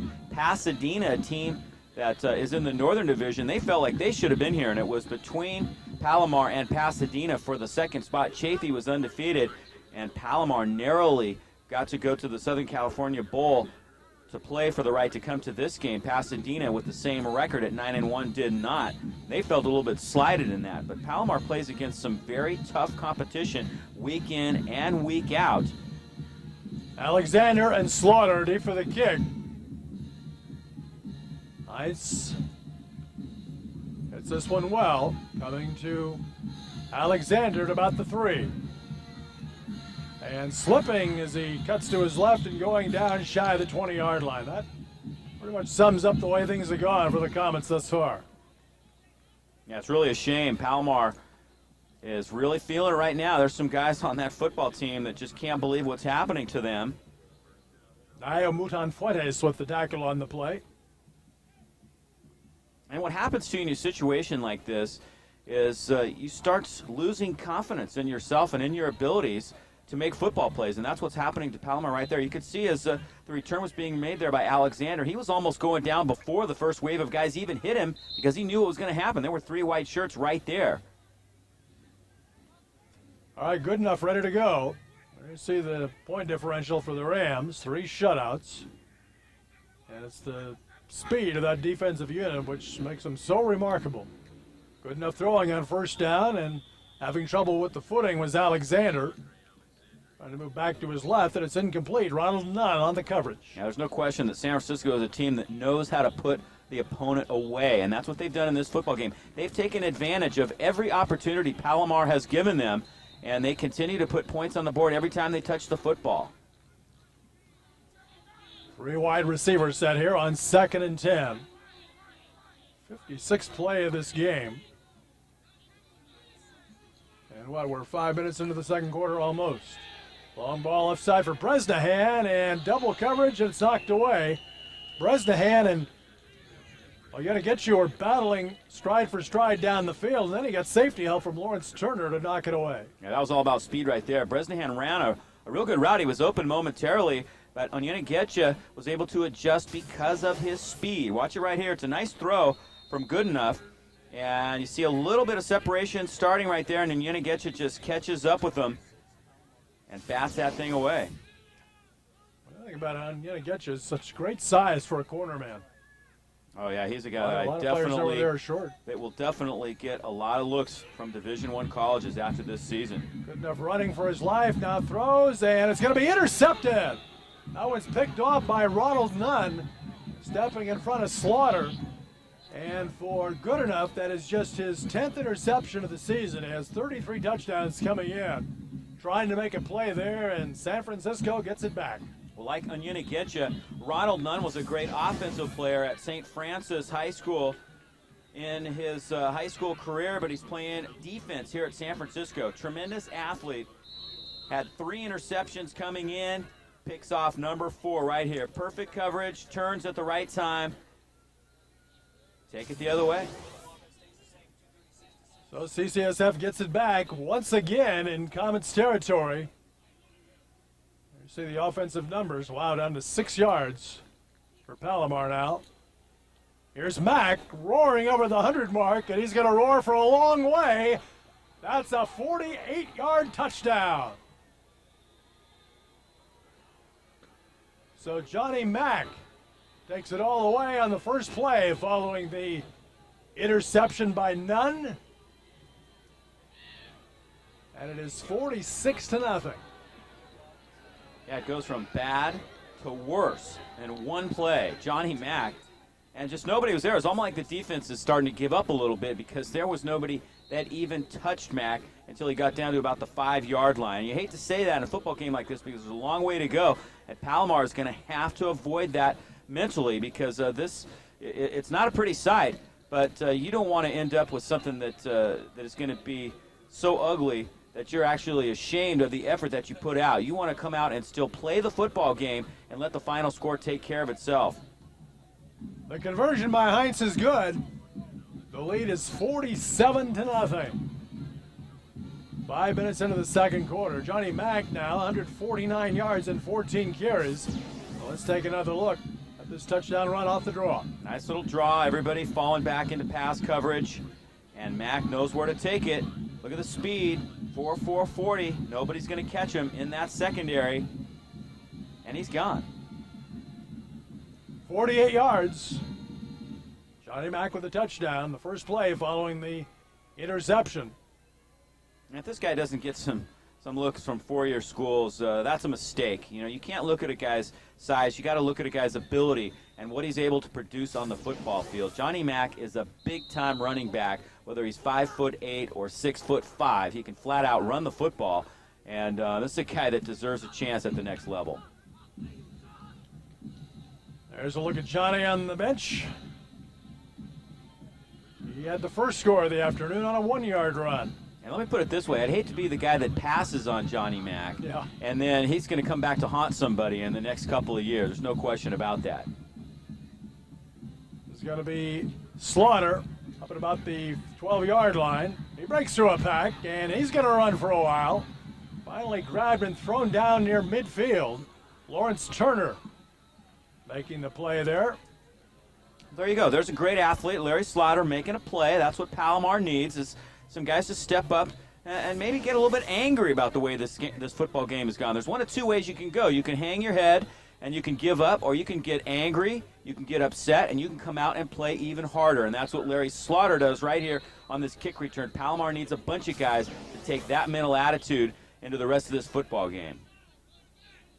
So they start at the 49 of the Rams. Best field position they've had. 54-yard return on that one. Or I'm sorry, 48-yard return. Ooh, on first down. There's Jabril Wilson with the big hit. He's a strong safety. He's an All-American. And how about this? This is how he came here. He's out of Oak Grove. He came to talk to Coach Rush and told him he wanted to play here, and he's out of Oak Grove. And George Rush was thinking, hey, I've got some great secondary guys, returning guys. It's going to be very tough to break my lineup. Jabril Wilson said, I don't care. I'll do anything. I'll play on special teams, whatever. What he forgot to tell Coach Rush, that he was the C.C.S.F. Defensive Player of the Year. He was a heck of a football player. He's come in and he started for 2 years. Will Gunnings spelling Palmer on that play and stopped for no gain. It is 2nd down and 10. And another give. This one goes to Chris Williams, and he is hit behind the line. So 2 running plays resulted in a 3-yard loss for the Comets. Lance Mitchell right in the middle of that defense making the play. He's from Los Banos, not too far from here, and he wanted to come and play here at Ccsf ever since he was a kid. He saw them play against Merced in a game and said, that's the type of team I want to play for. His mom ended up moving to the Bay Area, and here he is at San Francisco, playing in the state championship. 3rd and 13 now. Good enough in trouble and just has to throw it away. And wound up being hit after he threw the pass. They're lucky they didn't even call for that. It was Chauncey Clark, in that pass rush specialist for San Francisco, putting a lot of pressure on it. Getting there maybe even a little bit late that time, but no call. Palomar, again, will be forced to give up the football on downs. It'll be 4th and 13. Again, Robert Johnson and Rodney Burton go deep. Burton had the return for the touchdown here a short while ago. Kovacevic in punt formation. And gets this one off to the right, and that will slice out of bounds. We'll see where they mark it, having gone out. Looks like be about the 26-yard line. Not a real good punt. This is a guy who averages 42.2 per kick. 47-0 San Francisco. Stay with us. We'll be right back. We have folks.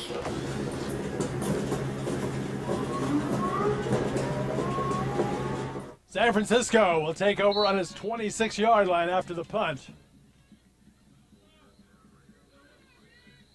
Johnny Mack, 150 yards now. And he takes the handoff as a penalty marker comes down. And Mack, it's about 8 yards, it appears, if the play stands. Football popped out of there, but it was a little bit late. Marco Chavez made the tackle. Penalty dropped right on the line of scrimmage.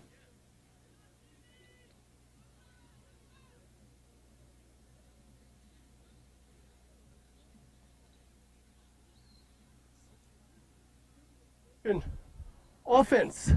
Not enough men on the line, 6 men on the line. 5-yard penalty, repeat the down. So the 5-yarder will move it back to the 21. It becomes 1st and 15 for San Francisco.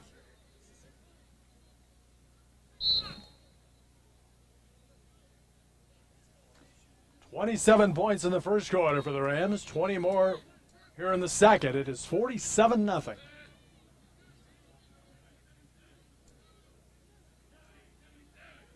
Three wide receiver set with Mack behind him, takes the handoff. Not much there, looking for somewhere to go, but actually thrown for a loss at about the 20-yard line. Chavez coming up again. Yeah, Marco Chavez is starting to play some football on that defensive side.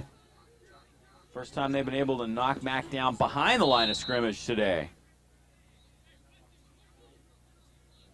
So Mack losing a yard. He's at 149 yards on the day. Of course, had the one big run for the touchdown, 48 yards.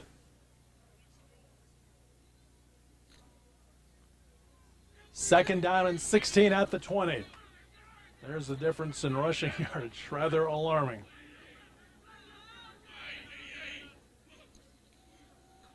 Evans on the quarterback draw. And he's out to about the 28 or 29-yard line. Still make it 3rd down and long. That was a nice decision right there by Evans, just to tuck and go, pick up some positive yardage. A lot of great athletes, including Evans, on this offensive side. Jerry Murphy able to make the tackle on Evans as we take another look. He just drops back, says, oh, I think I'm just going to take this one myself. Great footwork. He's able to weave his way through there, and that's not easy to do because the turf is a little bit soft right in that middle of the field area. 3rd down and 7 here. 4 wide receiver look for the Rams. Evans now being chased and in trouble. And Russell down. He goes at about the 16-yard line. Andy Wojcik came through to make the sack. Great play by Wojcik. He is the strongest guy along the defensive line. Extremely tough, and he's been playing with turf toe most of the season this year. Shakes off the turf toe right here and comes up with a big defensive play. Finally, Palomar showing that they can play a little football themselves. Here he is, gets off his man. Evans runs right into him, and he wrestles him down. Wojcik at 6'3", 250 out of Fallbrook High School. Be the first punt of the day for San Francisco. Shell Neeson back to do the honors, and Joe Serrano is a single safety waiting up at the 45. Oh, Neeson's really boomed one. Serrano backing up to his 36-yard line to make the catch. And 4 white shirts are there, and he is thrown down. Right where he made the reception, Brandon Kolar making the tackle on the punt team. There's not much this CCSF team can't do. That's great punt and great punt coverage. Every aspect of the game going well for them today. It's a team that is very focused, looking for their 36th straight win. 3rd state title. Right now they're number 1 in the nation, and they are showing it. Well, there's not much to argue with until someone shows they can beat them, and unfortunately for Palomar, the Comets got in the hole early and have not been able to get much going. It has all gone wrong. Here's a ball completed to Alexander, and he is wrestled out of bounds by Ronald Nunn. Just a short gain. Looks like he's got nearly the 40-yard line for about 3 yards. I think that's really the only thing that the defense is giving them, those short routes. That's what Palomar's going to have to take. Yeah, maybe you're not going to be able to come back this far down, but you can do some things to gain some respect at least at this point in time. And I think those short routes, just try to get the chains moving a little bit, is the answer against this defense. 2nd down and 7 at the 40-yard line.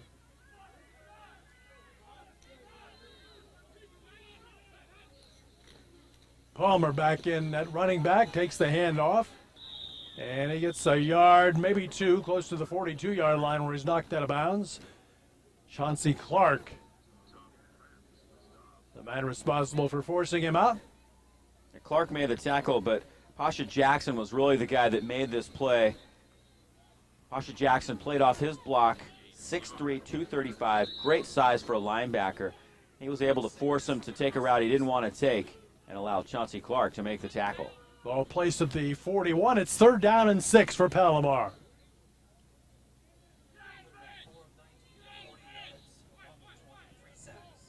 Well, good enough that great day, just 4 of 19 so far. And here comes the rush, and he's dropped. Sack back at the 33-yard line. That'll be the 4th sack of the day for CCSF.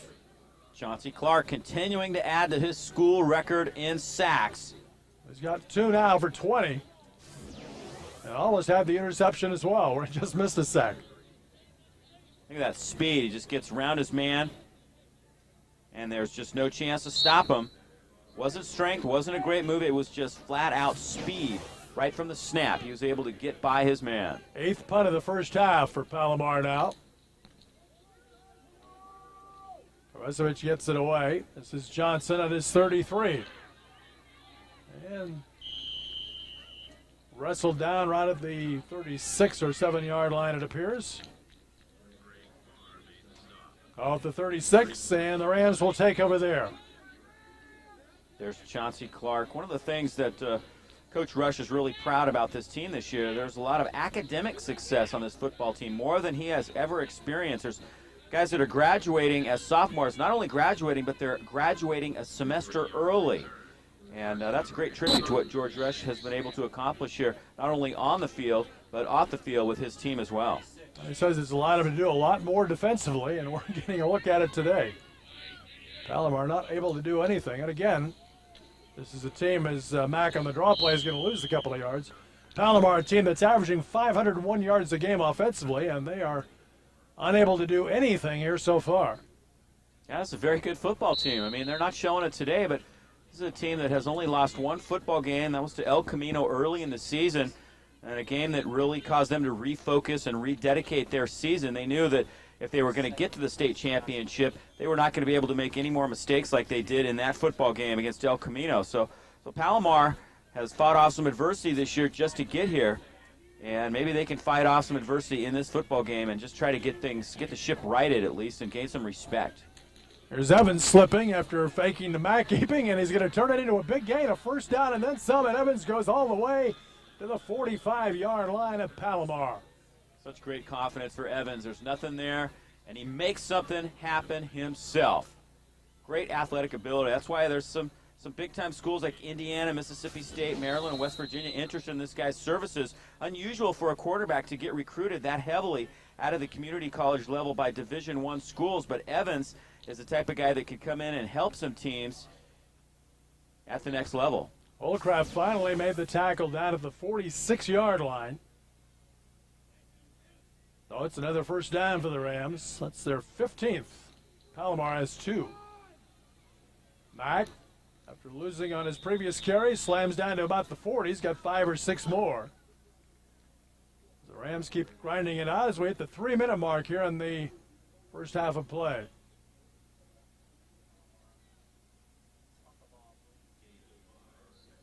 Off the 41. If you joined us late, it has been all San Francisco CCSF with 27 points in the first quarter, 20 here in the second.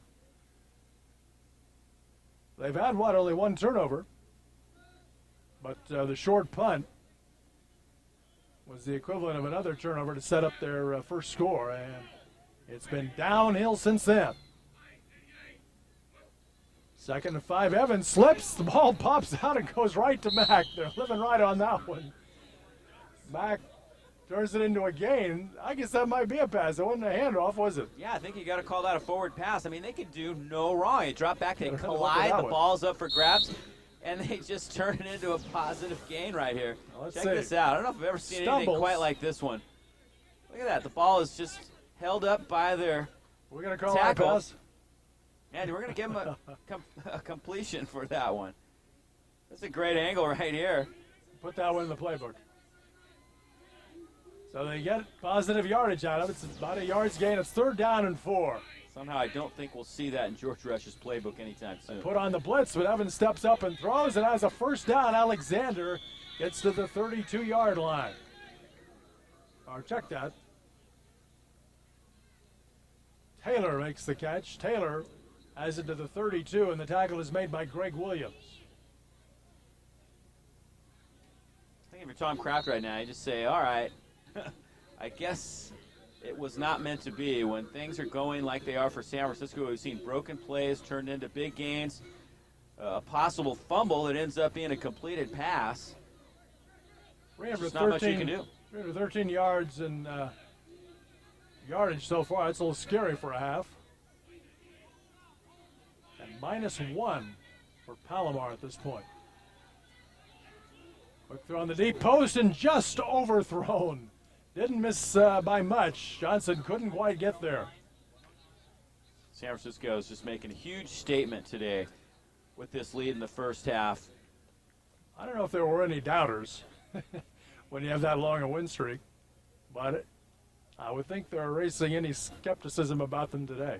Yeah, if there was a team that might have a shot at beating them, you had to consider Palomar as a team that could do that, because they had CCSF had never beaten Palomar coming into today's game, and Palomar has a lot of confidence and a lot of pride in their program. Chaffee was ranked #1 in the southern half of the state last week, and they jumped on them 20-0, a very convincing victory. 2nd and 10 here. Evans might have been looking to run again, but thrown for a loss. Breaking through there, Terry Murphy from outside linebacker to make the sack.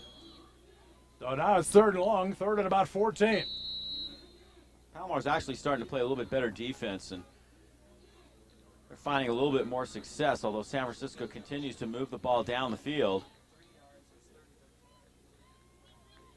Thursday, we're into the last 40 seconds of this first half. You wonder how much regrouping Palomar will be able to do in the locker room. So I'm sure beyond their worst nightmare. And now CCSF is going to burn a timeout. They spent 2 in the first series of the game, you might recall. They didn't feel they're organized defensively, so they'll use one here with 25 seconds to play in the first half. 47-0, Rams on top. We'll be right back.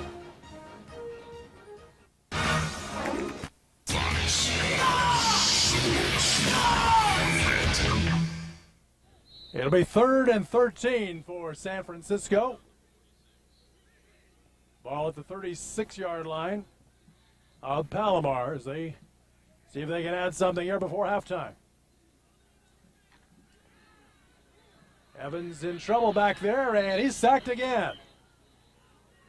So back at the 38-yard line, Andrew Powpow making the sack. Yeah, Mr. Powpow making his presence felt. But Evans does a great job of not giving up the football. Powpow came in there, and his intent was to knock the ball loose. Evans sensed that from behind and didn't give up the ball. That's going to do it for the first half, as Palomar and San Francisco leave the field in just a nightmare 30 minutes for the Comets. Very proud program, very strong team. Just about everything that could go wrong did go wrong. And San Francisco on top by a score of 47-0. A lot coming up at halftime, so stay with us here at the Mineral Bowl. Hi.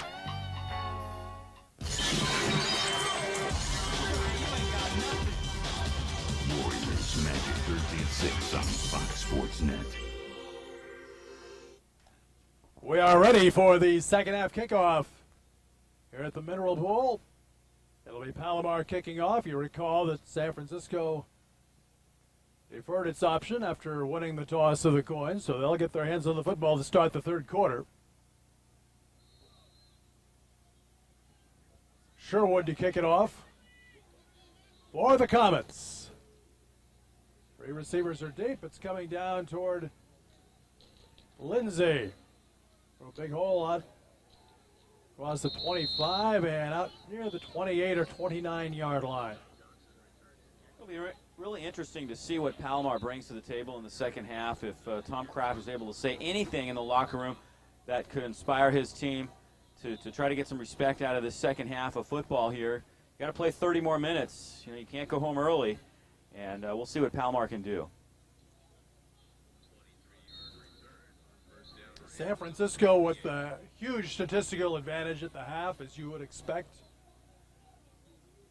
Leading 47-0.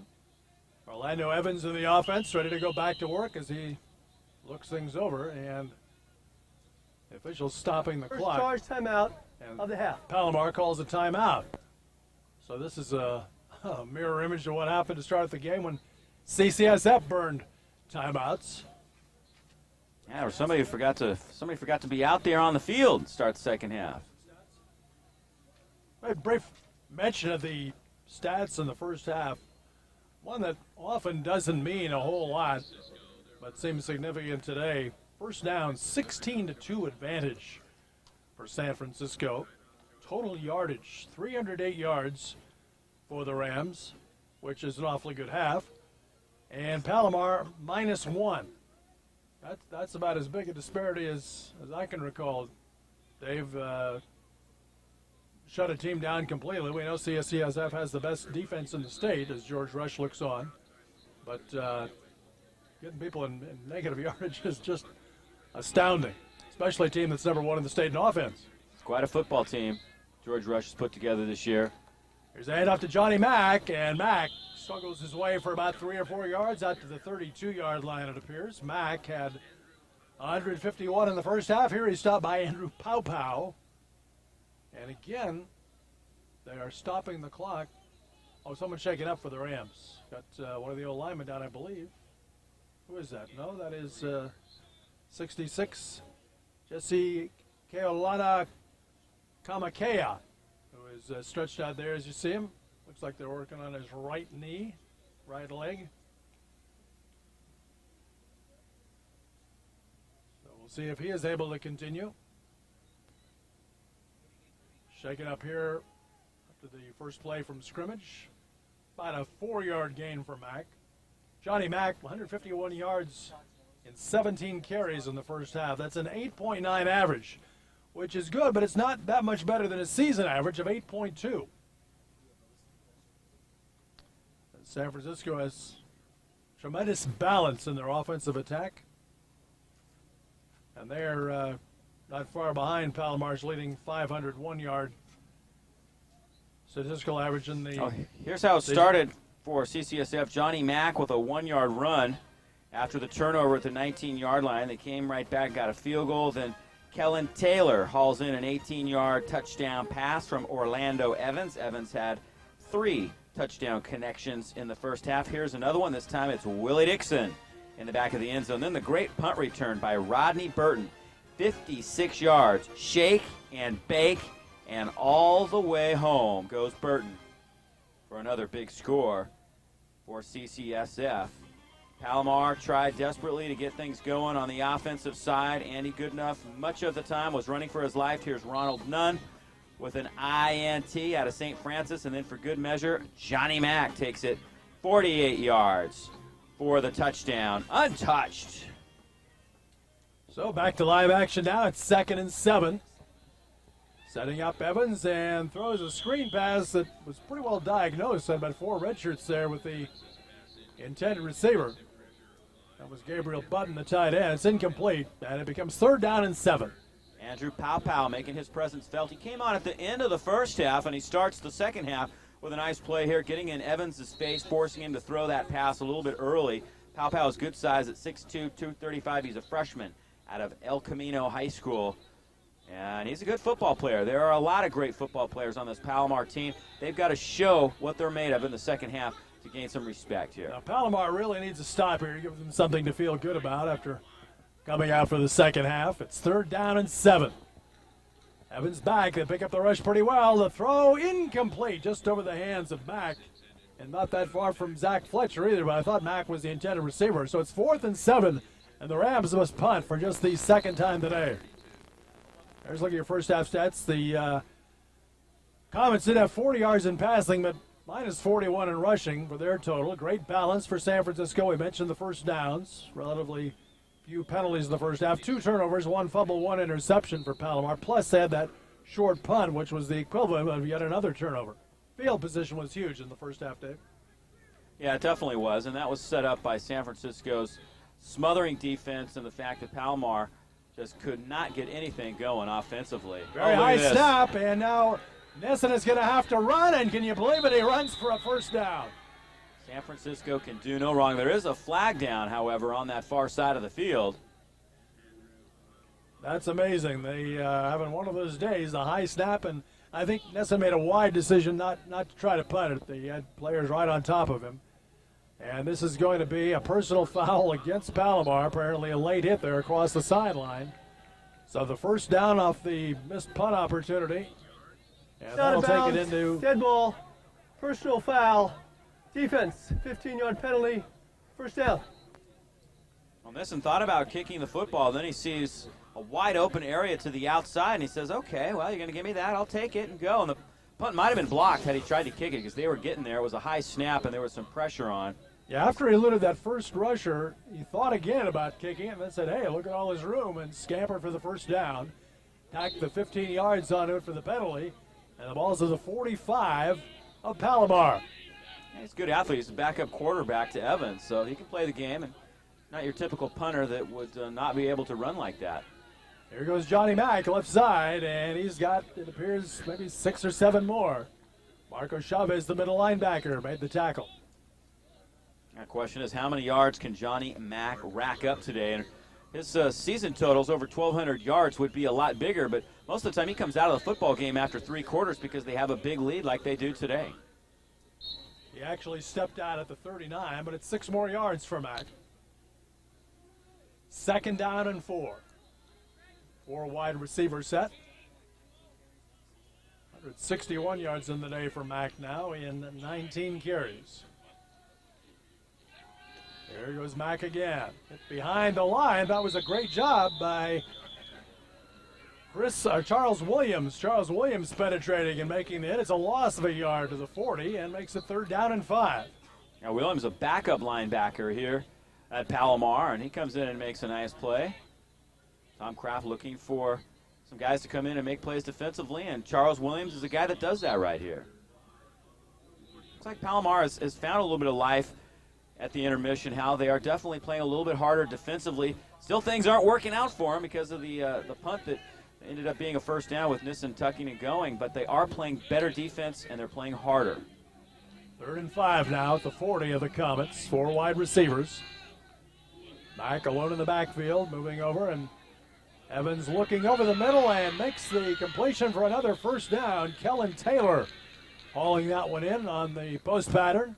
And he's inside the 25-yard line. Yeah, again, Taylor is right in the seam in the zone. Marco Chavez is a linebacker, and you can see him right in the middle of the screen. He drops back, but he doesn't drop back deep enough. Taylor reads the defense perfectly, gets right in that seam, and Evans just zips it right in there. Safety Willie Tagoe making the tackle after a 16-yard gain. It's 1st and 10, 24-yard line of the Comets.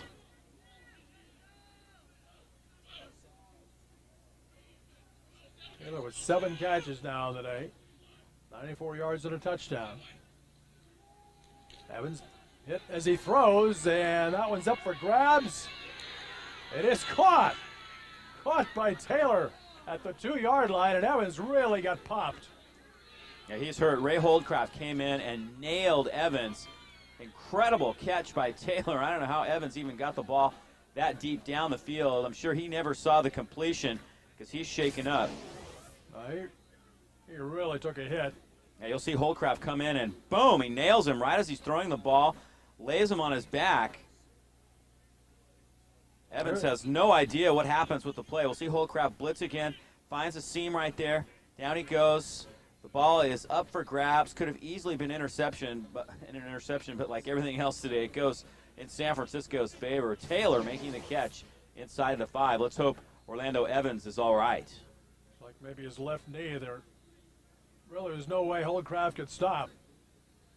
Came flying through there. No, there was nothing dirty about it. It was just a good, hard football play, and Holdcraft, obviously showing a little frustration, made a good hard tackle, but certainly a legal play. Another shot there. It looked like they were working on his calf. Maybe he just cramped up. can hope that it's not a serious injury, but obviously in some discomfort down there. There's a look at Kellen Taylor's numbers. Yeah, Taylor's had a terrific football game so far, 8 catches. Everybody concerned about Orlando Evans right now. You can see that on the faces of the San Francisco players. All right, we're going to take a timeout here. We are into the third quarter, 47-0 for San Francisco, as you see. Evans trying to get to his feet. Looks like he's all right. We'll be right back here in Visalia. For you on the BSR after the Warriors game. For San Francisco, Shell Nesson has come in at quarterback. There is same number 13 to replace Orlando Evans, who had to be helped from the field. Nesson is 6 for 12 through the air this year for 42 yards and a touchdown. He hasn't seen a whole lot of action. We'll see what he can do with this big lead here. Double tight ends, 2 receivers, and Johnny Mack. And Mack takes the handoff, tries the right side, had a short gain, and then was thrown back well behind the line of scrimmage. Kind of interesting the fact that the last time San Francisco lost was to Palomar in '98. In that game, San Francisco's quarterback, Nick Rolovich, was knocked out of the game early, and San Francisco never recovered from that injury and ended up losing to Palomar on that day. Give Mack a yard to the 2. It is 2nd and goal off the 2-yard line. Now, Kellen Taylor has had such a big game, comes back in. He goes wide right. Zach Fletcher is split left. And they go with double tight ends, and Mack moving over behind Nesson. 2nd and goal. And that looked like a mix-up play, but Nesson got inside the 1, was down, then lost the football, so it'll be 3rd and goal, just maybe a foot away. Hey, it's been Nesson's drive. Why not try to get the touchdown? He's the one that kept it alive when he tucked the punt and picked up the first down. He almost gets himself 6 points right here. Not sure if this is a design play because they were setting up a trap, and Nesson just reaches and comes up just shy of the goal line. 3rd down and goal. Looks like it's just a foot away. San Francisco trying to add to that huge lead on 47-0. Nesson sneaking and waiting for the officials. Looking at the headlines from the line judge, don't see anything yet. He certainly got close. I don't think he made it. Short. So it'll be 4th and goal, inches away. As Nesson on the quarterback sneak comes up short. Close, but not quite. 4th down, they'll probably go for it again, see if they can punch it in. Yeah, at this point, touchdown or field goal, I don't know how much it really matters. So it's 4th and goal, inches away, and not many inches. Maybe inch. Look at that. I think that's about as close as you can be and not be in the end zone. So 4th and goal, inches away. Double tight ends. Mack the single setback. Mack with the handoff. Reached it out there. And he's in. Touchdown. They say it was in. Before losing the ball. Play the goal line, prior to the fumble. Touchdown. But Mack was in.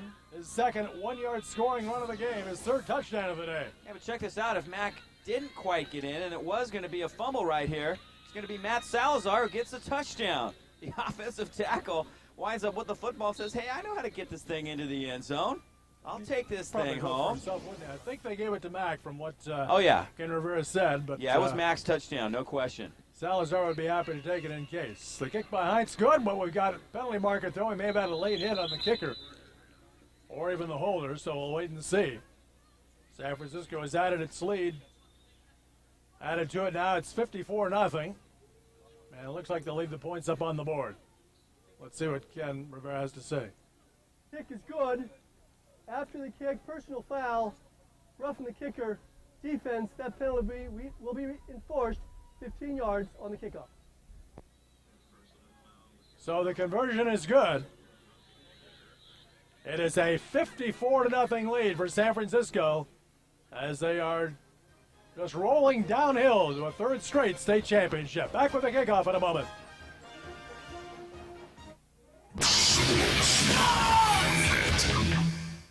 San Francisco went 72 yards in 12 plays to that touchdown. 5 minutes and 31 seconds off the clock.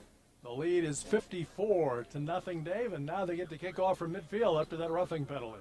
Yeah, it's just not going Palomar's way. They had some hope that maybe the second half would bring new life to Palomar and we'd get a chance to see what they're capable of doing.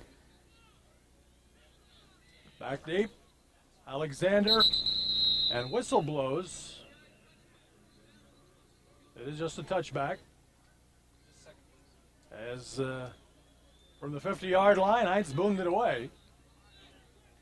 His long field goal on the season is 48 yards. He looks to have a real strong leg. Yeah, he kicks them from 55 plus in practice and makes them on a regular basis. Today it would have been a little bit tough to hit from that distance because the footing is real soft near the middle of the field, but Richard Heinz is definitely a big-time kicker. He's hit 5 this year of 40 plus.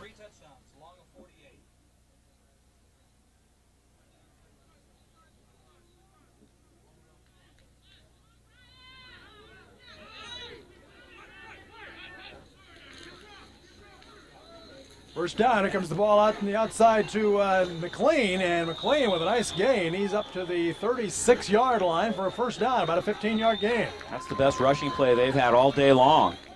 Turner with the tackle. Let's give him 16 yards on the play to the 36. Nice job by the offensive line. Check it out as he gets the nice seal block, bounces it to the outside, breaks a tackle. It's a very nice run.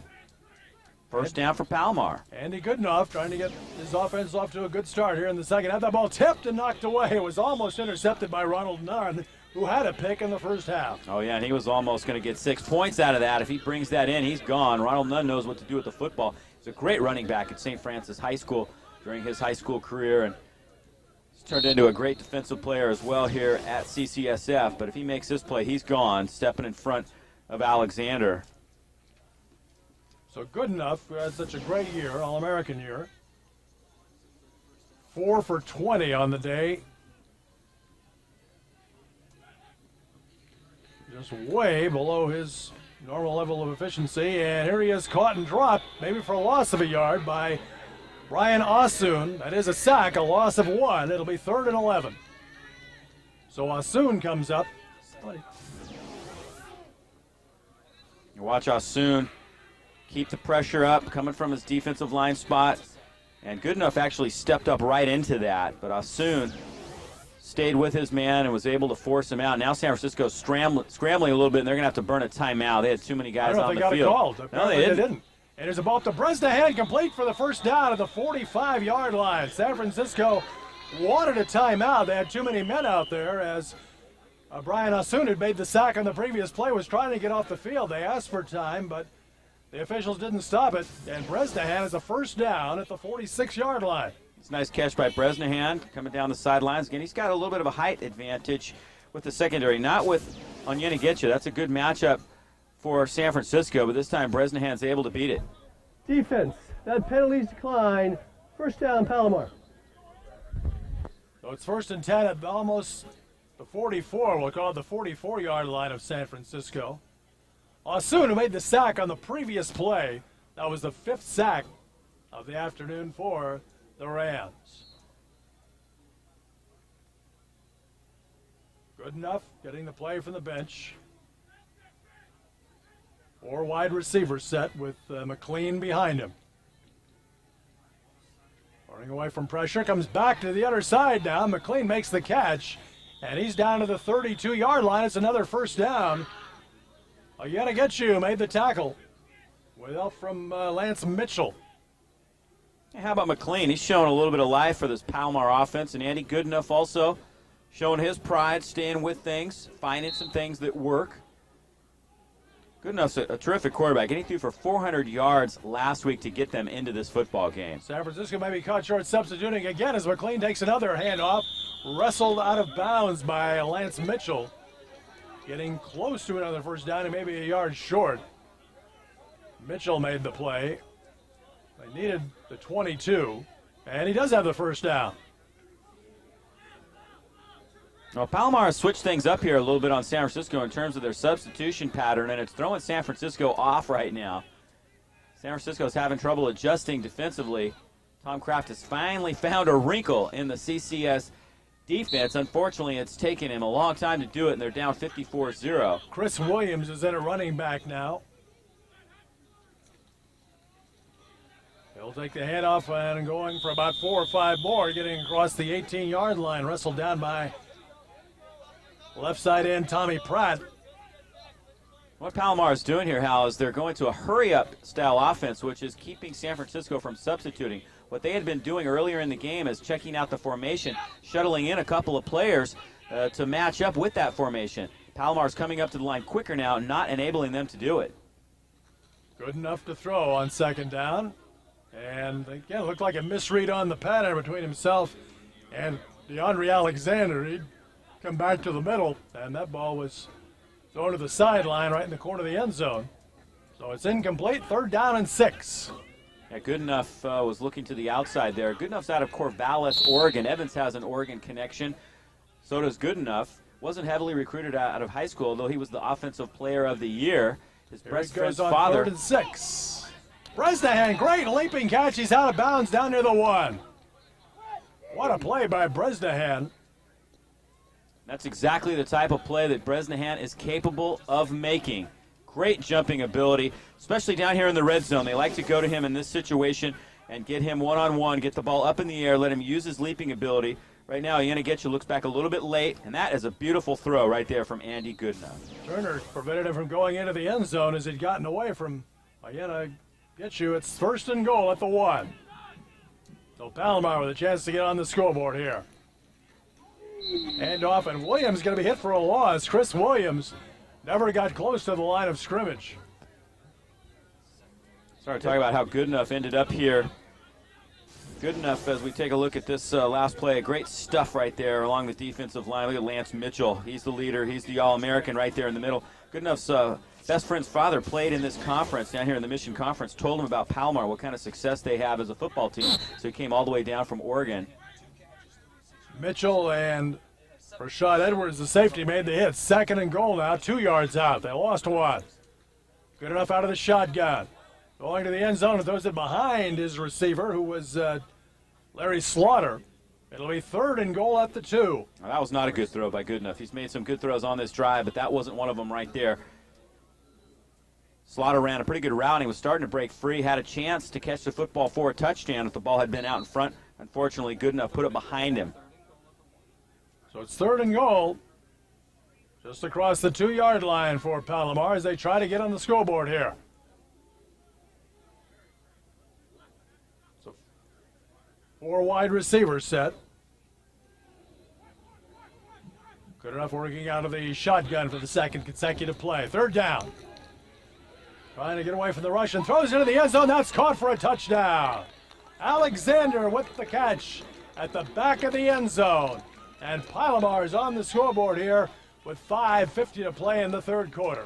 And that's the type of play that Andy Goodenough has made all year long. His ability to avoid the rush. He's got good feet. Watch him right here. Step up a little bit, buy some time for his receiver, Alexander, and then throw the strike. At 6'4", he's got great size, great footwork, and great ability. He just hasn't been able to show it today until this last drive. That was definitely the best offensive drive of the day for Palomar. It results in points. Alexander's 16th touchdown catch of the season. And for Goodenough, it's the 34th touchdown throw. Now Jeff Sherwood is on for the conversion, as the Comets have finally got themselves up on the scoreboard. Sherwood had a tough week last week, mixed a couple of easy field goals, and this right here it's blocked. It's a live ball and covered up by Palomar. So the conversion fails, and here's a penalty marker at the very conclusion of the play. So we'll have to wait for this to get sorted out. It came way after the conversion was blocked.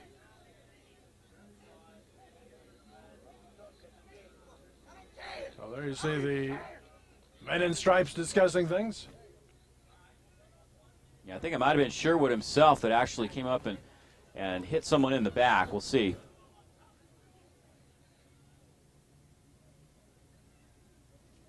So it's a personal foul against Palomar. Over, dead ball, personal foul, offense. That penalty will be enforced 15 yards on the kickoff. Well, once again, that's going to give San Francisco some great field position. Here's another look at the touchdown. Good enough. We'll find his man Alexander back in the end zone. It's 54-6. Back with the kickoff in just a moment.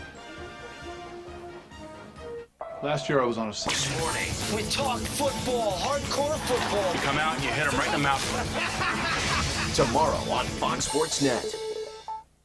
54-6 as we look at the block of the conversion. Lawrence Turner with great penetration comes in and gets the block. Here's another angle. And boom, he just smothers that thing. Great block. Johnson returning the kickoff up to about the 40-yard line. And tempers are growing a bit short here. Yeah, we're seeing no flags on this play, but we almost had another little skirmish there. We're seeing some angry Palomar comments. It's gone from one emotion to another for them, and now they're starting to really come out here and show some anger. They've got to keep it under control as we see Turner, who got that big block, another great athlete on this C.C.S.F. team.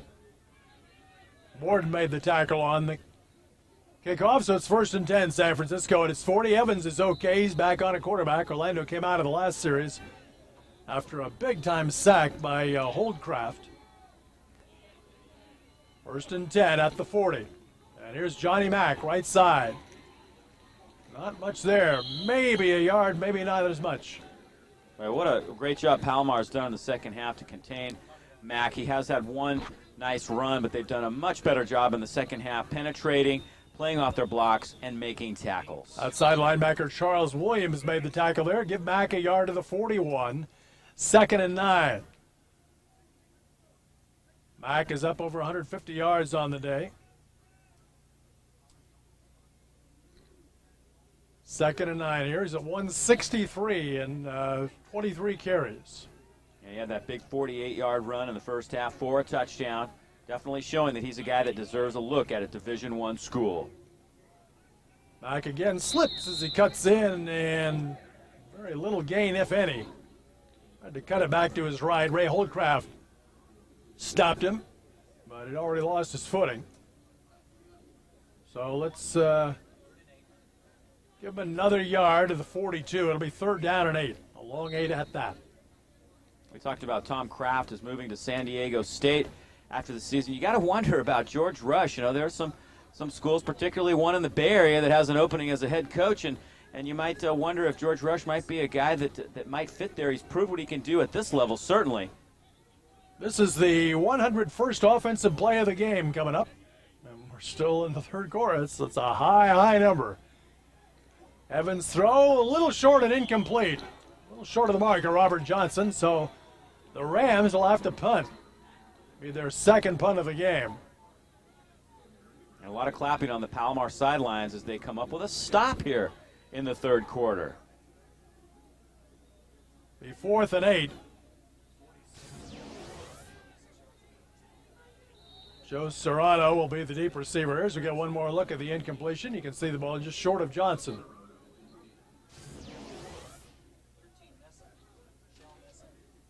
So the backup quarterback, Shell Nesson, does the punting. He's run for a 1st down out of punt formation and had a 46-yard punt in his previous effort. Again, Serrano is deep. Nesson, kind of a twisting kick and a fair catch accepted at the 26-yard line by Joe Serrano. And there's a penalty marker down at the end of that play.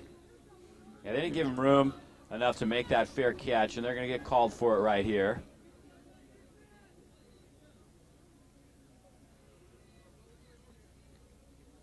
Violation, kicking team.